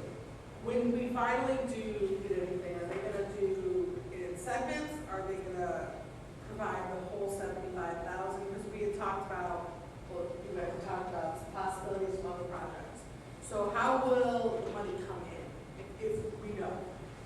The other projects, because as far as the housing commission program, in the bill is 930, so any funding left, which you gotta explain, we have to find a different project, and at that time, because of the Submit it. nightmare, Yes. the 44,550 that's left over, I suggest that the board come up with this idea on what project we work on, which can be fire hydrants.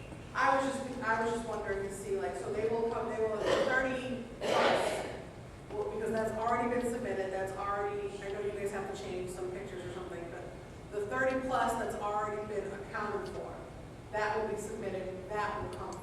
And then if we have any other ideas or fire hydrants projects, demolition projects, we have to recreate the entire proposal. Well, I don't know if they recreate it because we're already gonna be working on fire hydrants. So I would take all the information that we're doing now and start building that case. It's not gonna cost us. This just, nightmares, what the mayor's talking about is if we do a demolition, the average demolition is 25 to 30,000 each. If we do demolition with $44,550 left over, if we do a project on there, you're not, each property has to have, each project has to have its own sheet. That's why each property became its own project. Right. Where if we do 1 or 2 projects, you're talking 10 or 15 sheets of paper, and I'll take video and everything else. But you still have to do the upfront. That's my question. Yes, it would have to be paid for Once we get, upfront. that was my question, okay. So, we're just looking to, because my bigger picture question was, because we started talking about these projects, are we looking for a place to remove $75,000? No. Or are we looking for? $22,790. Is that what I said? Yeah, $22,790. And I would say, you know, we need to verify that fire hydrants can be used, and if they can, I would start, as we were doing them now, I would start getting the photos, I would start documenting everything, because that project is ongoing, and we can submit that, and whatever funds we can get can go back into the fire hydrants, and we can continue getting more. And like I said, there's about $40,000 there. So trustee Washington. Thank you, Mr. Mayor. I want to ask, first of all, you asked, do the trustees have any suggestions about the money being paid?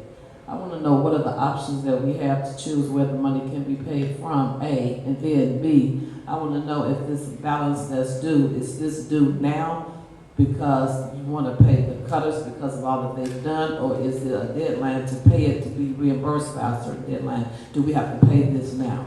Now, I would say they've gone too long not being paid. Again, I've been up on all the correspondence, and they kept on saying the money was coming, they were being paid, and they came back and said they wanted something else done. You know, the housing authority did a great job getting the information they requested, came back and said, okay, the money's going to be coming, and then they came back and asked for something else. Now, I'm looking to the board. Again, I've got suggestions sitting here, but I'm looking to the board to make suggestions on where we can come up with $22,790 that we can borrow until this money comes in. Here's my question, what options do we have where it can come from? I don't know. All I've ever seen people do is borrow from the water fund. So I don't know where else it could come from. If there's a place else it could come from, that's what I need to know. So we got one suggestion for water fund. I don't know if we got that much money in the water fund. didn't suggest water I know. fund, that's all. So it's one suggestion. No, we're not money in that one. No, Tiff.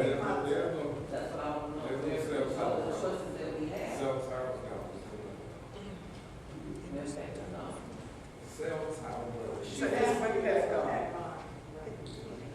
I don't think we have that much in there either. Terry, when do you predict state money? When do you predict state might come from? They have to do it before the second drawdown. Which It's have November they? 6th. November 6th. There's only one place that has the money. Yeah, well, what they're supposed to do is what they do is 2 different things. I want to hear from a trustee. No, I'm gonna let you tell it. No, I didn't. The mayor knows where, there's only one place to be at money, and the mayor knows where it's at.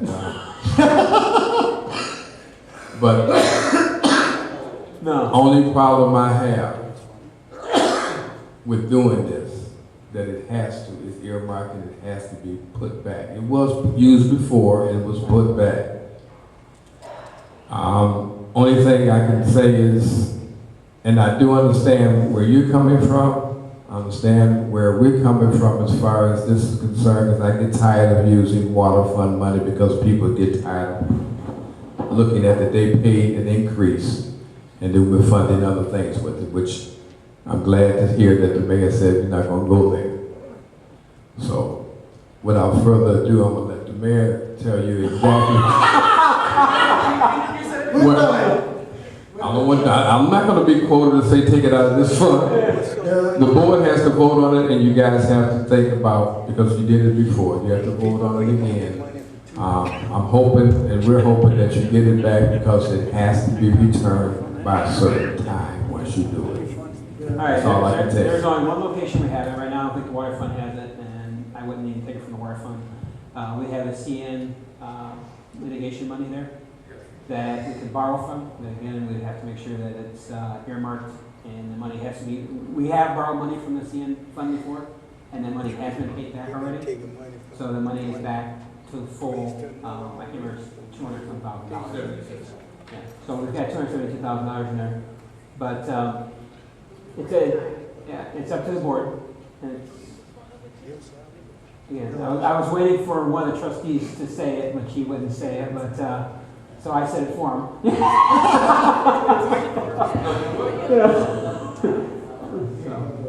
But again, that or the board can say,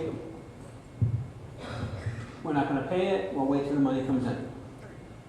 But I think that since we did use village residents, and there's a lot of residents that went out there and did a great job making Sauk Village look good this last year. Waiting for their money to come in, they've been waiting for way too long now. I would encourage that hopefully you would vote in favor of borrowing this money from this fund so we can pay these. Again, village residents who live here, so they spend their money here. Believe me, I will be monitoring. Yes, now that part said I will be monitoring it. As soon as the money comes in, I will make sure that it, I'm sure the mayor will too, because we have to. We have to do that. And Mayor, also, if you want to, maybe next week or whatever, I did talk to the clerk about applications for the mitigation funding, and also Jim Zarnik came up with something, so I don't want to bring this up and you already have a whole dissertation, but there's an application process that we need to talk about and then bring it before the people so they can know how to apply for that particular grant for the noise mitigation. Coming for the board in 2 weeks, right? I don't know if it'll be ready in 2 weeks, is it? Yeah, I'm hoping that it will be, and then we can go from there, because there was a lot of people that came, and I did tell them to come up here, and I thought we did have applications, and come to find out we didn't have applications, and they were trying to get applications for the noise mitigation, which basically was taken care of, what was it, not Carlisle, Candlelight Village.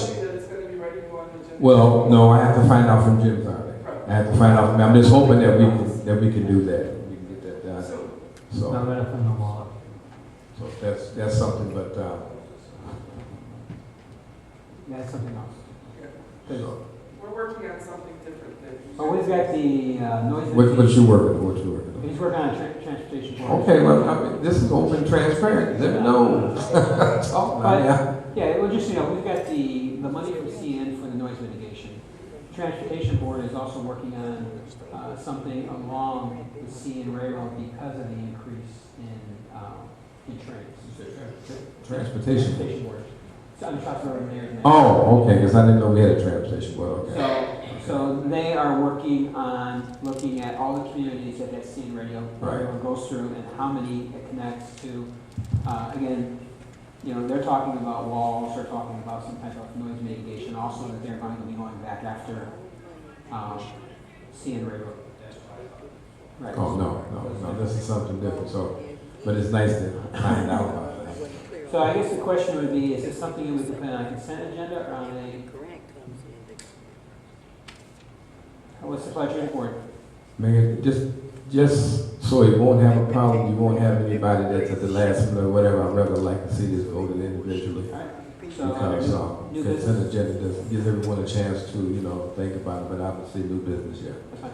And get the attorneys to drop a resolution. I think it's a resolution, right, or is it an ordinance? Ordinance. Ordinance. To approve the total amount of $22,000 $22,790. property CN. C That's and all. So make sure. J. to say that. Ray Road. Joe, check on, see if we need it. I will We didn't check. do it last time. Thank you. What? When we took money out, we didn't. We've done an ordinance. Not for that. Do that on a motion. But I will check, just, Double check. I've got an ordinance. Ordinance is going. Next week. Under new business. You don't take an ordinance, take money out of the water. It'll either be an agreement to do so, or to reimburse it, or it would be an ordinance. I will We create an ordinance. Packets. Yeah, Yes. for Mohawk, yeah. No, that was, that's take out of the budget, talking about we took money out before we did. There's an ordinance that says that we, We just voted. that it has, because we have an ordinance that per the discretion of the mayor, designee, or blah, blah. I need to see that. I haven't seen that Blah, one. blah. Yes. That was in like 2012 or something. All right. Anything else? So my direction is to talk to the attorney, whatever way they suggest it will be on the agenda for new business next week. Correct. It'll be in your boxes on Friday. All right. You need more? Hey, just let the, Gary, I was gonna ask you that, I'm sorry. With that money, okay. How will the checks be made? It'll be electronically transmitted. Will we take the checks out of the village? Yeah, it's Mike, actually, with church. Okay, so the checks will be made, there's no tax, nothing like that stuff?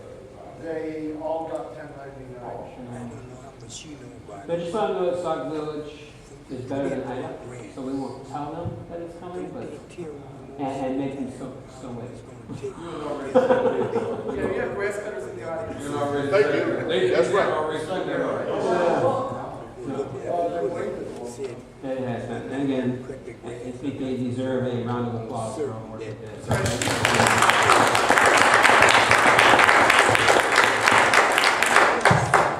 All right, that's just about what I thought it was like, yeah.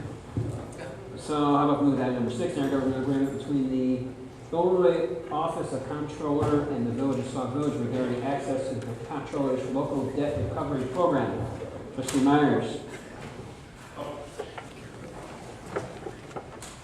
You want both these at the same time? Yes. 6 and 7? Let's just cover 6 and 7 both at the same time. We discussed this way back in June.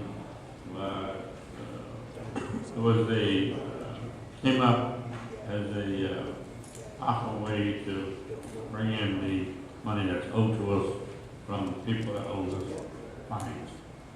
We discussed that link.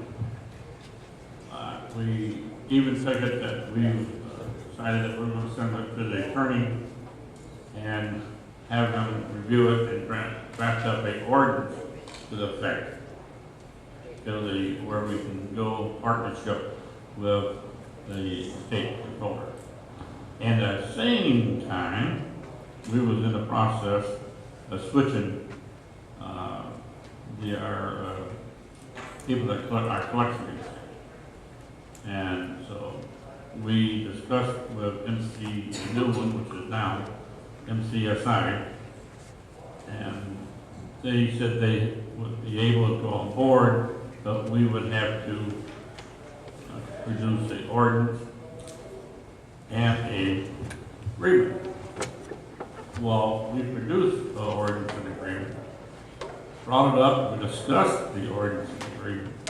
It was all in favor to put on the board, but there's something other that I looked back at my notes, and the mayor wanted the attorneys to look at one more time and it never got sent back to the clerk to be put back on the board for us to vote on. So for the last few months, we've been idle. We talked to the attorney swore up and down, we had an ordinance in the past. I checked my book, we did not pass this ordinance. We did not pass the agreement. I went to the village clerk, we spent quite a bit of time reviewing it. We went to our finance director. He has been in contact with the director, director of NCSI, and he said, we're just waiting for you guys to come out and we're all set, ready to go. There's a few things that have to be done. Mohan seems to think that there's quite a bit of money out there, a lot of money. Not just $1 or $200, $1,000. And this goes as far back as the previous administration. People still haven't paid us, and to the present administration, and we have fines coming in, and there's people that owe the village on fines $15,000, $20,000 because they have never paid. Some of the towing fines, some of the a lot of other fines. So, with the help of the village clerk, we and the attorneys, did we send a copy of the ordinance out to everybody by any chance? Okay. You received the copy of the ordinance, and you received a copy of the agreement. Mr. Mayor, at this time before it gets lost or shuffled around again, I'm requesting that both these be put on the agenda for passing next week. Do you have any questions? Yes, I do have just one question. Does this entitle Cook County to go after, on our behalf, the residents or whoever it is, I guess we have to be a person that's in Cook County, because Cook County is going after that person. Would it take money from, because I've heard there's programs in Chicago when you getting your taxes back and things like that they would take that. This is what this program is about. There's two parts of this program. Yes, you're right, it's part of that program. It's been working good in other communities that went with it. The other part to it, if the village deemed necessary, second part of this, they can also petition the Secretary of State and have their driving privilege. Okay, so that's what I was wanted to find out. So this is exactly what you had talked about before, that we can actually go after their return. That's right. And we can actually go after their driver's privilege. Yes, sir. Okay. Yes, sir. Of course, they have to have a return first. I'm not going to even go. If you don't have a return, I'm sure that it's going to be a debt. If you owe money, it's going to be added on to it. Debbie, you recall anything else? I think I covered I everything think briefly. what we were saying is, though, the important thing to remember is that other communities might be going after those same people. Right. So the best thing is first come, first served, get your bid in early, and we're coming at the tail end of this year's program, but we want to be ready to go next year's program. The good part about that is that if the person that owes us the money they do reside in our town, we get the first bid. Correct. And I just wanted you to more or less, I've seen that, Madam Clerk, I just wanted to be in the record that the people can understand exactly what it is that you were referring to. That's all. That's the only reason why I asked. I read it, yes I did, but I was waiting for you to finish it so you can just let everyone know for the record that that's what you're going after. You're going after their returns, or you're going after their driver's license if they don't comply. that's correct. That's all. That's what And we worked out there's a couple more things we have to work out with the director of MCIS. And there's a couple of things we have to work out with them, but I know Sherry, we get it all squared away, and if we can't do anything else until these two documents are approved by us. So, and just to let you know, Mohan's looking at over $120,000 people. we can get And it. probably more than the mayor has also mentioned that now What about the last administration? Well, the I sewer had no idea supervisor, what that figure was. they collect a lot of money every year now because of that, so. Yeah. The towns that I talked to, the controller has a way of collecting the money. Yeah. So, once again, I request to be put on the agenda. Thank you. What's the pleasure of the board? Consent agenda? All right, consent. All right, move to number 8. Authorize the village attorney to settle the 2007 and 2008 tax rate objection cases at a rate of .007. Remember, should have a letter in front of them. Anybody have any questions?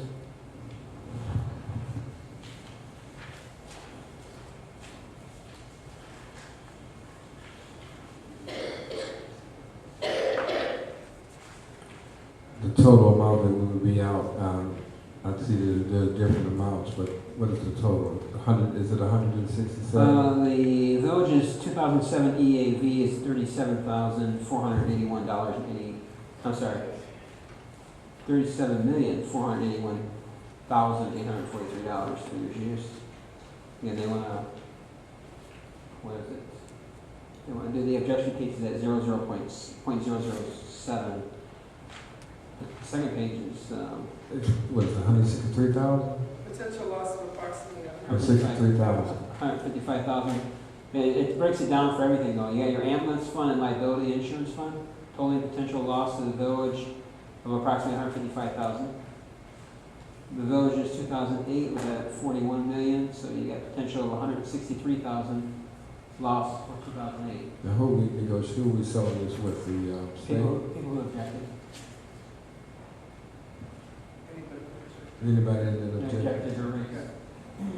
So now, what happens after this last one, we just got to, Oh, this is only 2000. right, 2008, so I'm pretty So sure. next is Yes, 2009, yes. 2010. Now, is this money we pay back to state? Or this money that they're not gonna give us? I don't know yet on that one. I think they're probably going to short us Right, that much. that's the difference.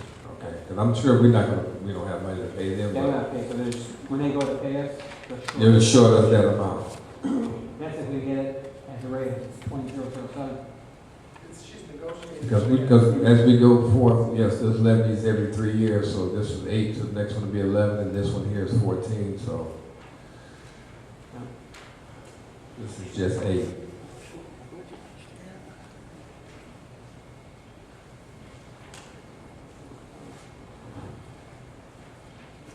So that everyone understands that's something that, we don't have control over, and this is money that we probably won't realize in the next, if this is done, it'll probably take a year, so this time next year when we get our money, we may be short that amount of money for our tax refund. Or our tax money coming to the village. About $250,000. Yeah. A little over $250,000. So that's money that's 200, gonna 300, it's about 300 some thousand right. for people objecting their tax rates. So and this is only 2007, 2008, so it should be interesting as the years go along how much more the village is going to lose. So less to work with. Back then, More to do. a lot more than the other. Yeah, they're still paying the same amount. So, consent agenda, you want to have Rob? For the attorney to negotiate? I hope we can get that. Yeah. All right. We've done item number 9, public comment. All questions or comments will be directed to the mayor. Each speaker will be given 3 minutes to comment on topics of their choice. Each speaker will be allowed 1 opportunity to speak. Have some. Yeah, just grab the mic.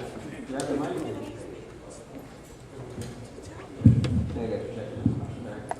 Anyone has anything? Steve Shipka, you got the mic. Thank you very much. Judy Cast here. First of all, I'd like to make a comment. On these types of meetings, it's common that the washrooms are not open for the ladies Which in the hall. which one? This one right here. It's right around the corner. It's by the seniors. That one's always open. Yeah, well, that takes 2 miles to get there. Okay, this will be. Secondly, transparency. Talking about the grass cutting and how that was handled.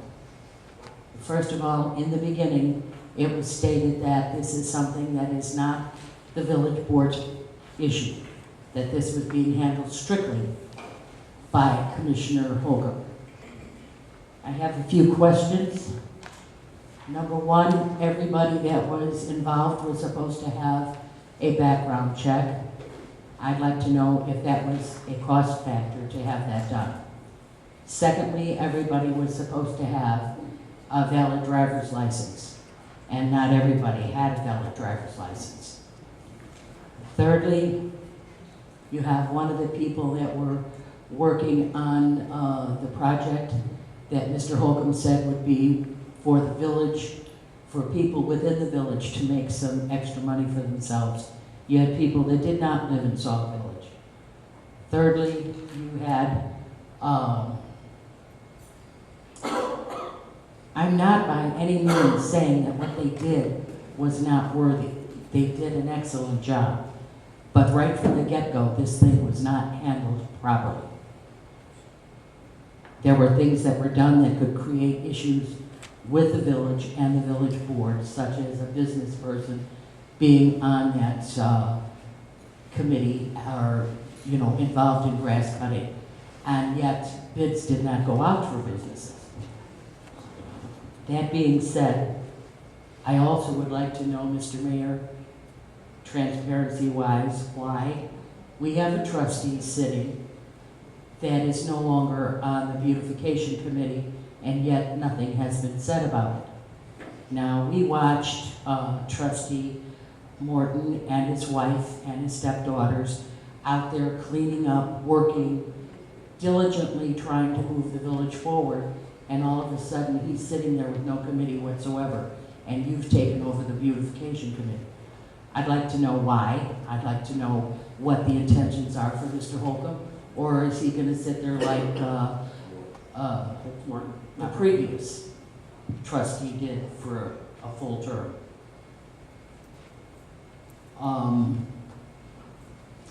I think that's it for my question. All right. Well, as for the grass cutting, first of all, the bathrooms, we've always made sure that the bathrooms over in the hallway over there are open. I'll see if we can get someone to open these up over here, but there is bathrooms available, so I just want people to think that there's not. There is bathrooms. The grass cutting, and everyone who sat through those meetings, they understand, and the grass cutting went through the housing authority. It did not go to the village. But as a village, this board can sit here and say, tough luck, housing authority, it's your job. Or we can step up to the plate and say, you know what, we'll borrow some money from somewhere, pay the majority of these people, who are the majority of them are probably those residents, that did a fantastic job working all summer, worked hard to make sure our village turned around. We borrow money, we can pay them. Which I have no problem, because I have no doubt, I mean, I've been involved with South Florida Mayor's Managers, I've been contacting them also. The money is going to come. It's just this program is so new, there's so many changes that's happened, it's just delayed. And it's government. It's government at the highest in Cook County. That's all I can say. Everything gets delayed. So, do I have a problem paying these grass cutters? I don't have a problem at all. And now, I would have a problem if we didn't have the money we could borrow from somewhere. Then I would go back to Housing Authority and say, we have a problem, because we have nowhere to borrow it. But there is a spot we can borrow the money from, and we know we're going to get paid. I've got no problem doing it.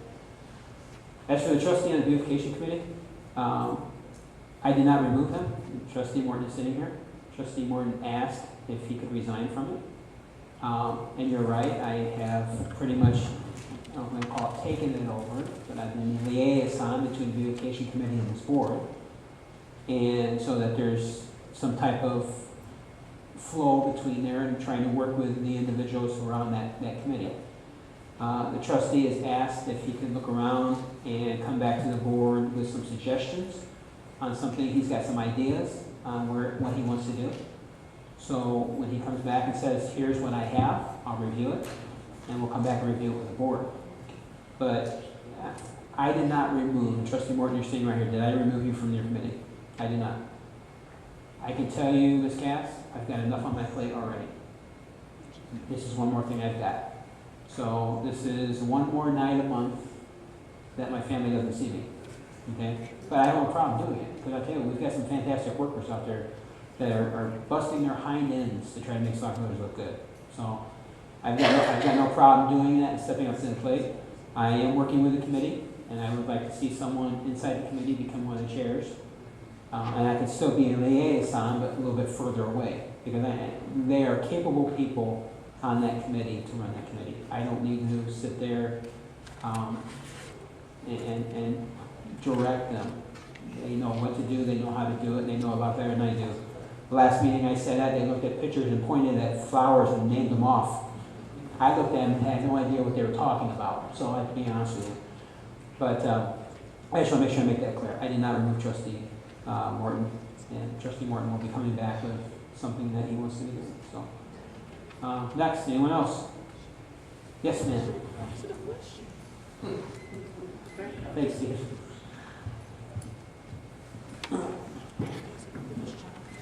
I'm just an old resident of Sauk Village, many, many years ago before this ever became. Can't hear you, ma'am.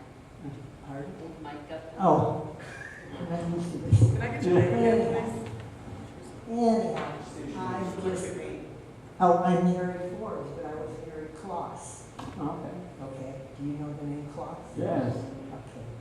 I was supposed to do this a long time ago to ask if we could have a block or a street named for Kloss in this town. Long overdue. Long overdue.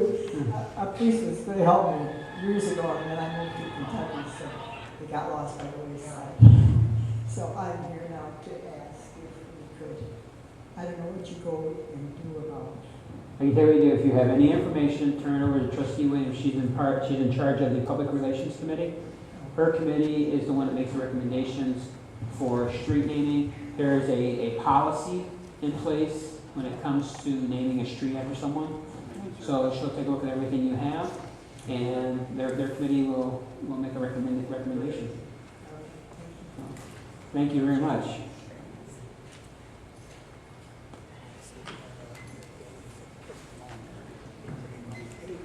All right.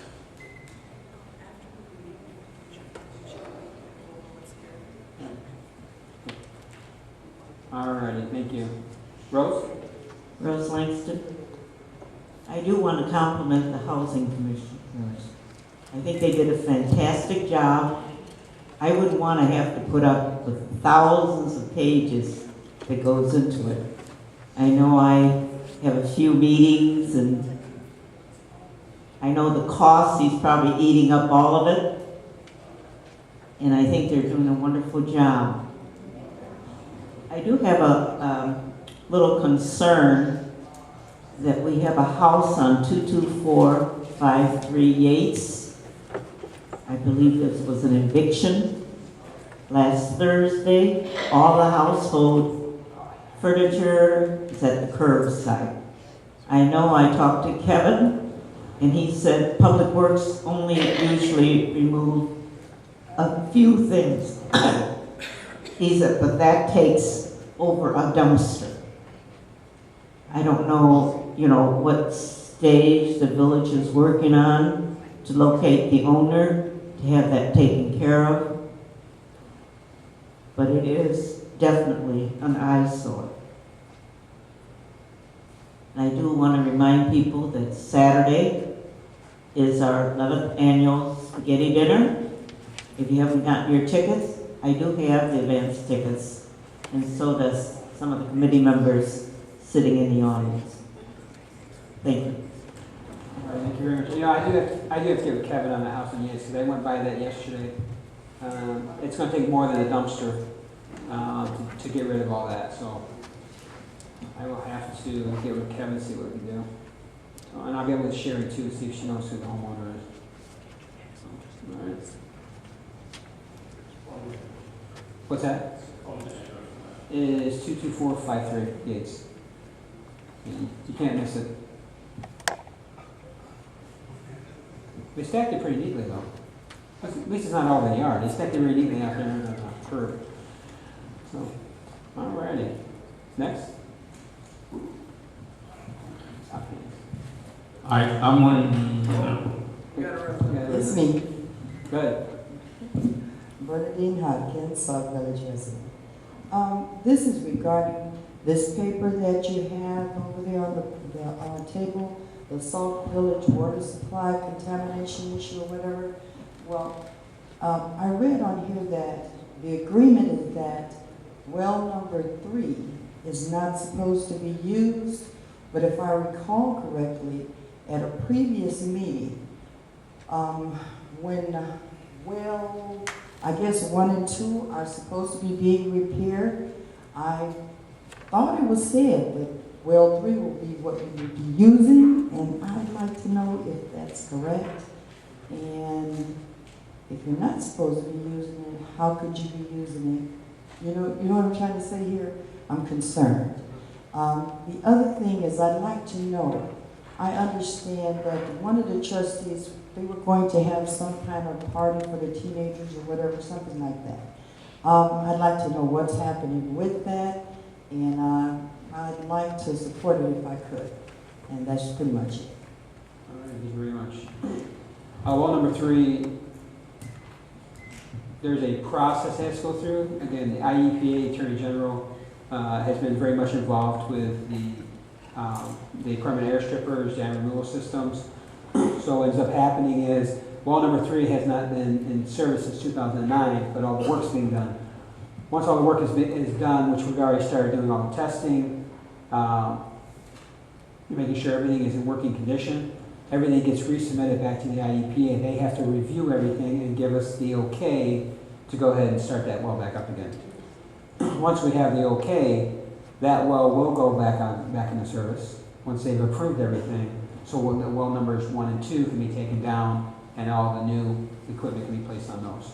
So, but nothing gets done until the IEPA and pretty much the Attorney General gives us the okay. So they, Kevin, he's already gone now, but Kevin works closely with them, provides all test results. He goes over everything that's being done. I think the IEPA comes out every so often to take a look at the status of the work that's being done, where we're at, making sure everything is where it's supposed to be. So, but again, nothing's going to happen until we get the okay. Anything else? About the children. Oh, children. Are you? Oh, so you have to get with Trustee Washington. Maybe you can get with her after the meeting, and you can give her all the information. And so we appreciate you getting involved. Thank you very much. You go ahead. You want to say something? I just want to say to the entire audience, the Human Relations Commission was planning a pre-Thanksgiving Day dance. We had begun to ask volunteers in the community and in the schools to help to supervise that. We did have a meeting on last night in regard to that dance, and it's been postponed and possibly, I don't know, the status where it's going to be. Where's Commissioner Frank Williams? Okay, he's the Vice President for the Human Relations Commission, and you can talk to him when it's over, he can let you know. But as far as I know, that dance is pending and possibly canceled. All right, thank you very much. Anything else? See anyone moving around? All right, so we go to Trustee Williams. Nothing. Go to Trustee Burgess. Thank you, Mr. Mayor. I have a couple of things. First of all, I'd like to invite everybody to the next town hall meeting, which will be a week from Wednesday, October 15th, at Rickover, at the same place that we usually have it, from 7 to 8:30. And also, CETA is putting on a home energy bill payment assistance program here at Sauk Village. It'll be at the senior citizen site. I have to get with Rose and we work out the particulars. This is what they do every year. Some of the criteria, quite naturally, would be income. I do have sheets that are showing that what the family size, and I think the highest would be $5,000 a month. With a family of 8, and for ComEd it would be $8,000 a month with a family of 8. Those are some of the income requirements. So, but I do have pamphlets in the back and sheets in the back. Again, October 23rd from 9 to 1 here at the Village Hall. And Thursday, we will have our intergovernmental relations meeting here at the Village Hall at 7 o'clock. Thank you. All right, very much, Trustee Possum. I'm sorry, Trustee, you got it. Give it to Trustee Myers. I said Trustee Myers. I said you got it. It's been a long day for the mayor, so I understand. Debbie, I had the privilege of meeting a gentleman from Bloom Township here last week. Now, he's going to be here every week for every Thursday for the residents. If they have any problems or concerns or needs to take. 11 a.m. to 1 p.m. Bloom Township has a satellite office at Sauk Village that can do just about everything you can get done at Bloom Township. But they will be here every Thursday from 11 a.m. to 1 p.m. Thank you very much. The other thing is, I will be out of town at the next meeting, and I'm going, did we ever figure out if I have enough time to have that meeting tomorrow night? No, you don't have enough. Okay. Then I will probably not have it. Ordinance review meeting? Yeah. You want to have that one? I'm going to have it, but I won't have enough time to do it tomorrow. There's not enough time and space. Post it? Yeah. When will you be back? I'll give it to you when I've set it up later on. The other one is, like I said, I'm going to, last part of the month, I'll be going down to the University of Illinois again. I sit on the board of directors there, and there's a lot of new rules that the state has came down to change over some certification on the fire service. So, and I will, Chief Falfring won't be down there. I will bring everything back and show them what we will need. These will be the new mandate that is coming down from the university and the state fire marshal's office. And they have adopted the new code, life safety code will be the state code, life safety code 2000 will be the state code for the Illinois fire marshal's office. With that, thank you. Trustee Myers, in answer to your question, we just want to talk about that ordinance prior to the next committee meeting. Will you, in your schedule, I know October's really busy for you.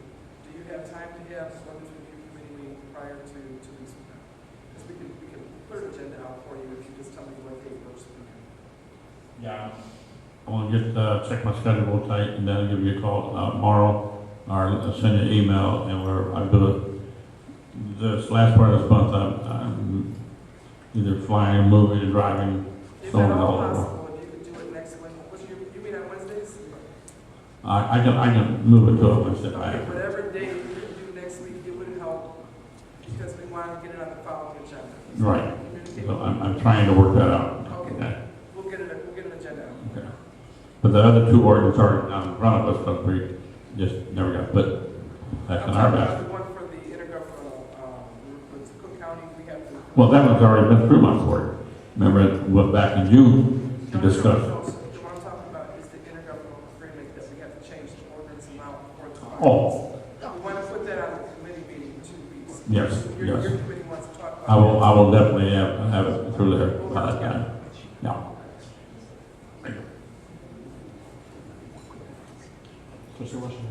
Thank you, Mr. Mayor. Just 2 quick announcements. First of all, I want to remind everyone that we will be having our monthly Neighborhood Watch program meeting this coming Monday at the fire station at 6:30. Piggybacking off of our program last month where we gave away the book bags, we had 35 new block club captains that were sworn in on that night. We're looking forward to a lot of new block club captains coming to the meeting. And if you want to be a block club captain, or if you know someone on your block where you live that served as a block club captain, they may not have never come to a block club meeting, if you can remind them that we will be meeting this coming Monday at 6:30 at the fire station. And secondly, I want to say that I had the pleasure of attending the first service for United Grace Church.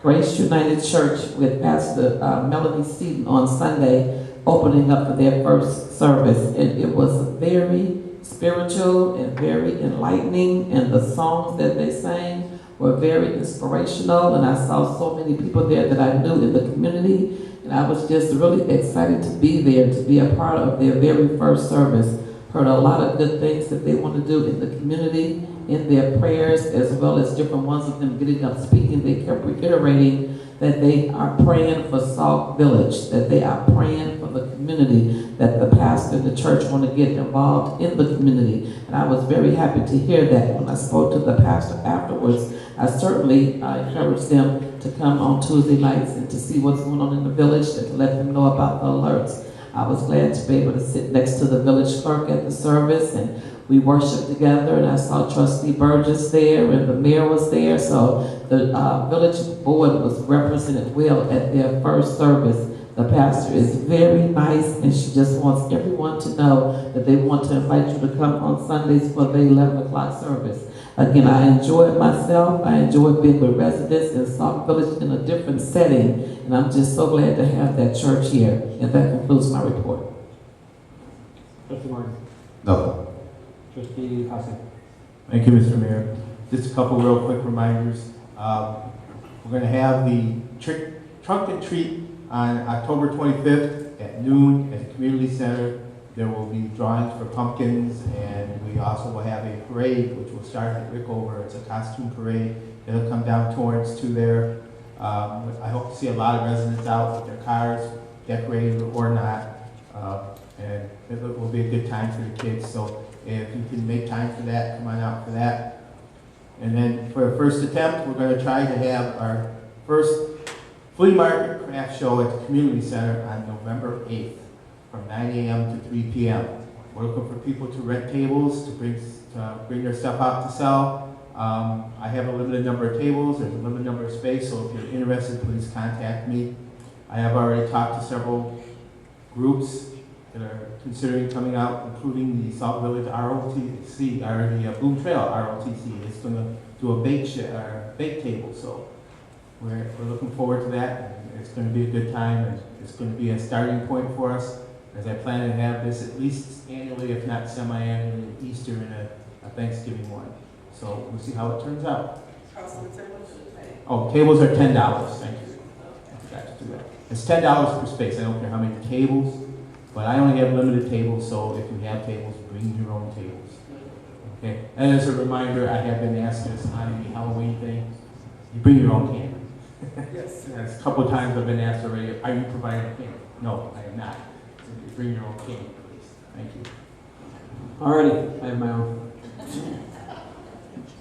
Just remind everyone, this week is Fire Prevention Week, so October 5th to the 11th. So I thought you were going to mention it, but sorry to steal your thunder. But,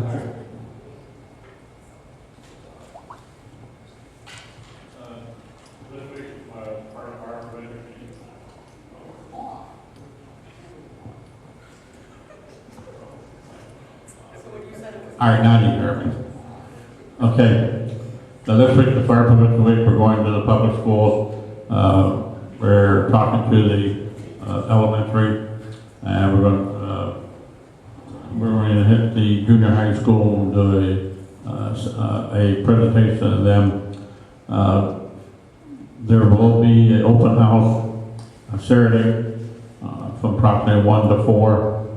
The fire department is going to do a live burn. It's going to demonstrate how quickly a room can be full of deadly smoke and fire and so forth. There will be other exhibits around the entire station. We'll have other activities going on. There will be a couple demonstrations of the individual tools. Let's see, I think that's about it.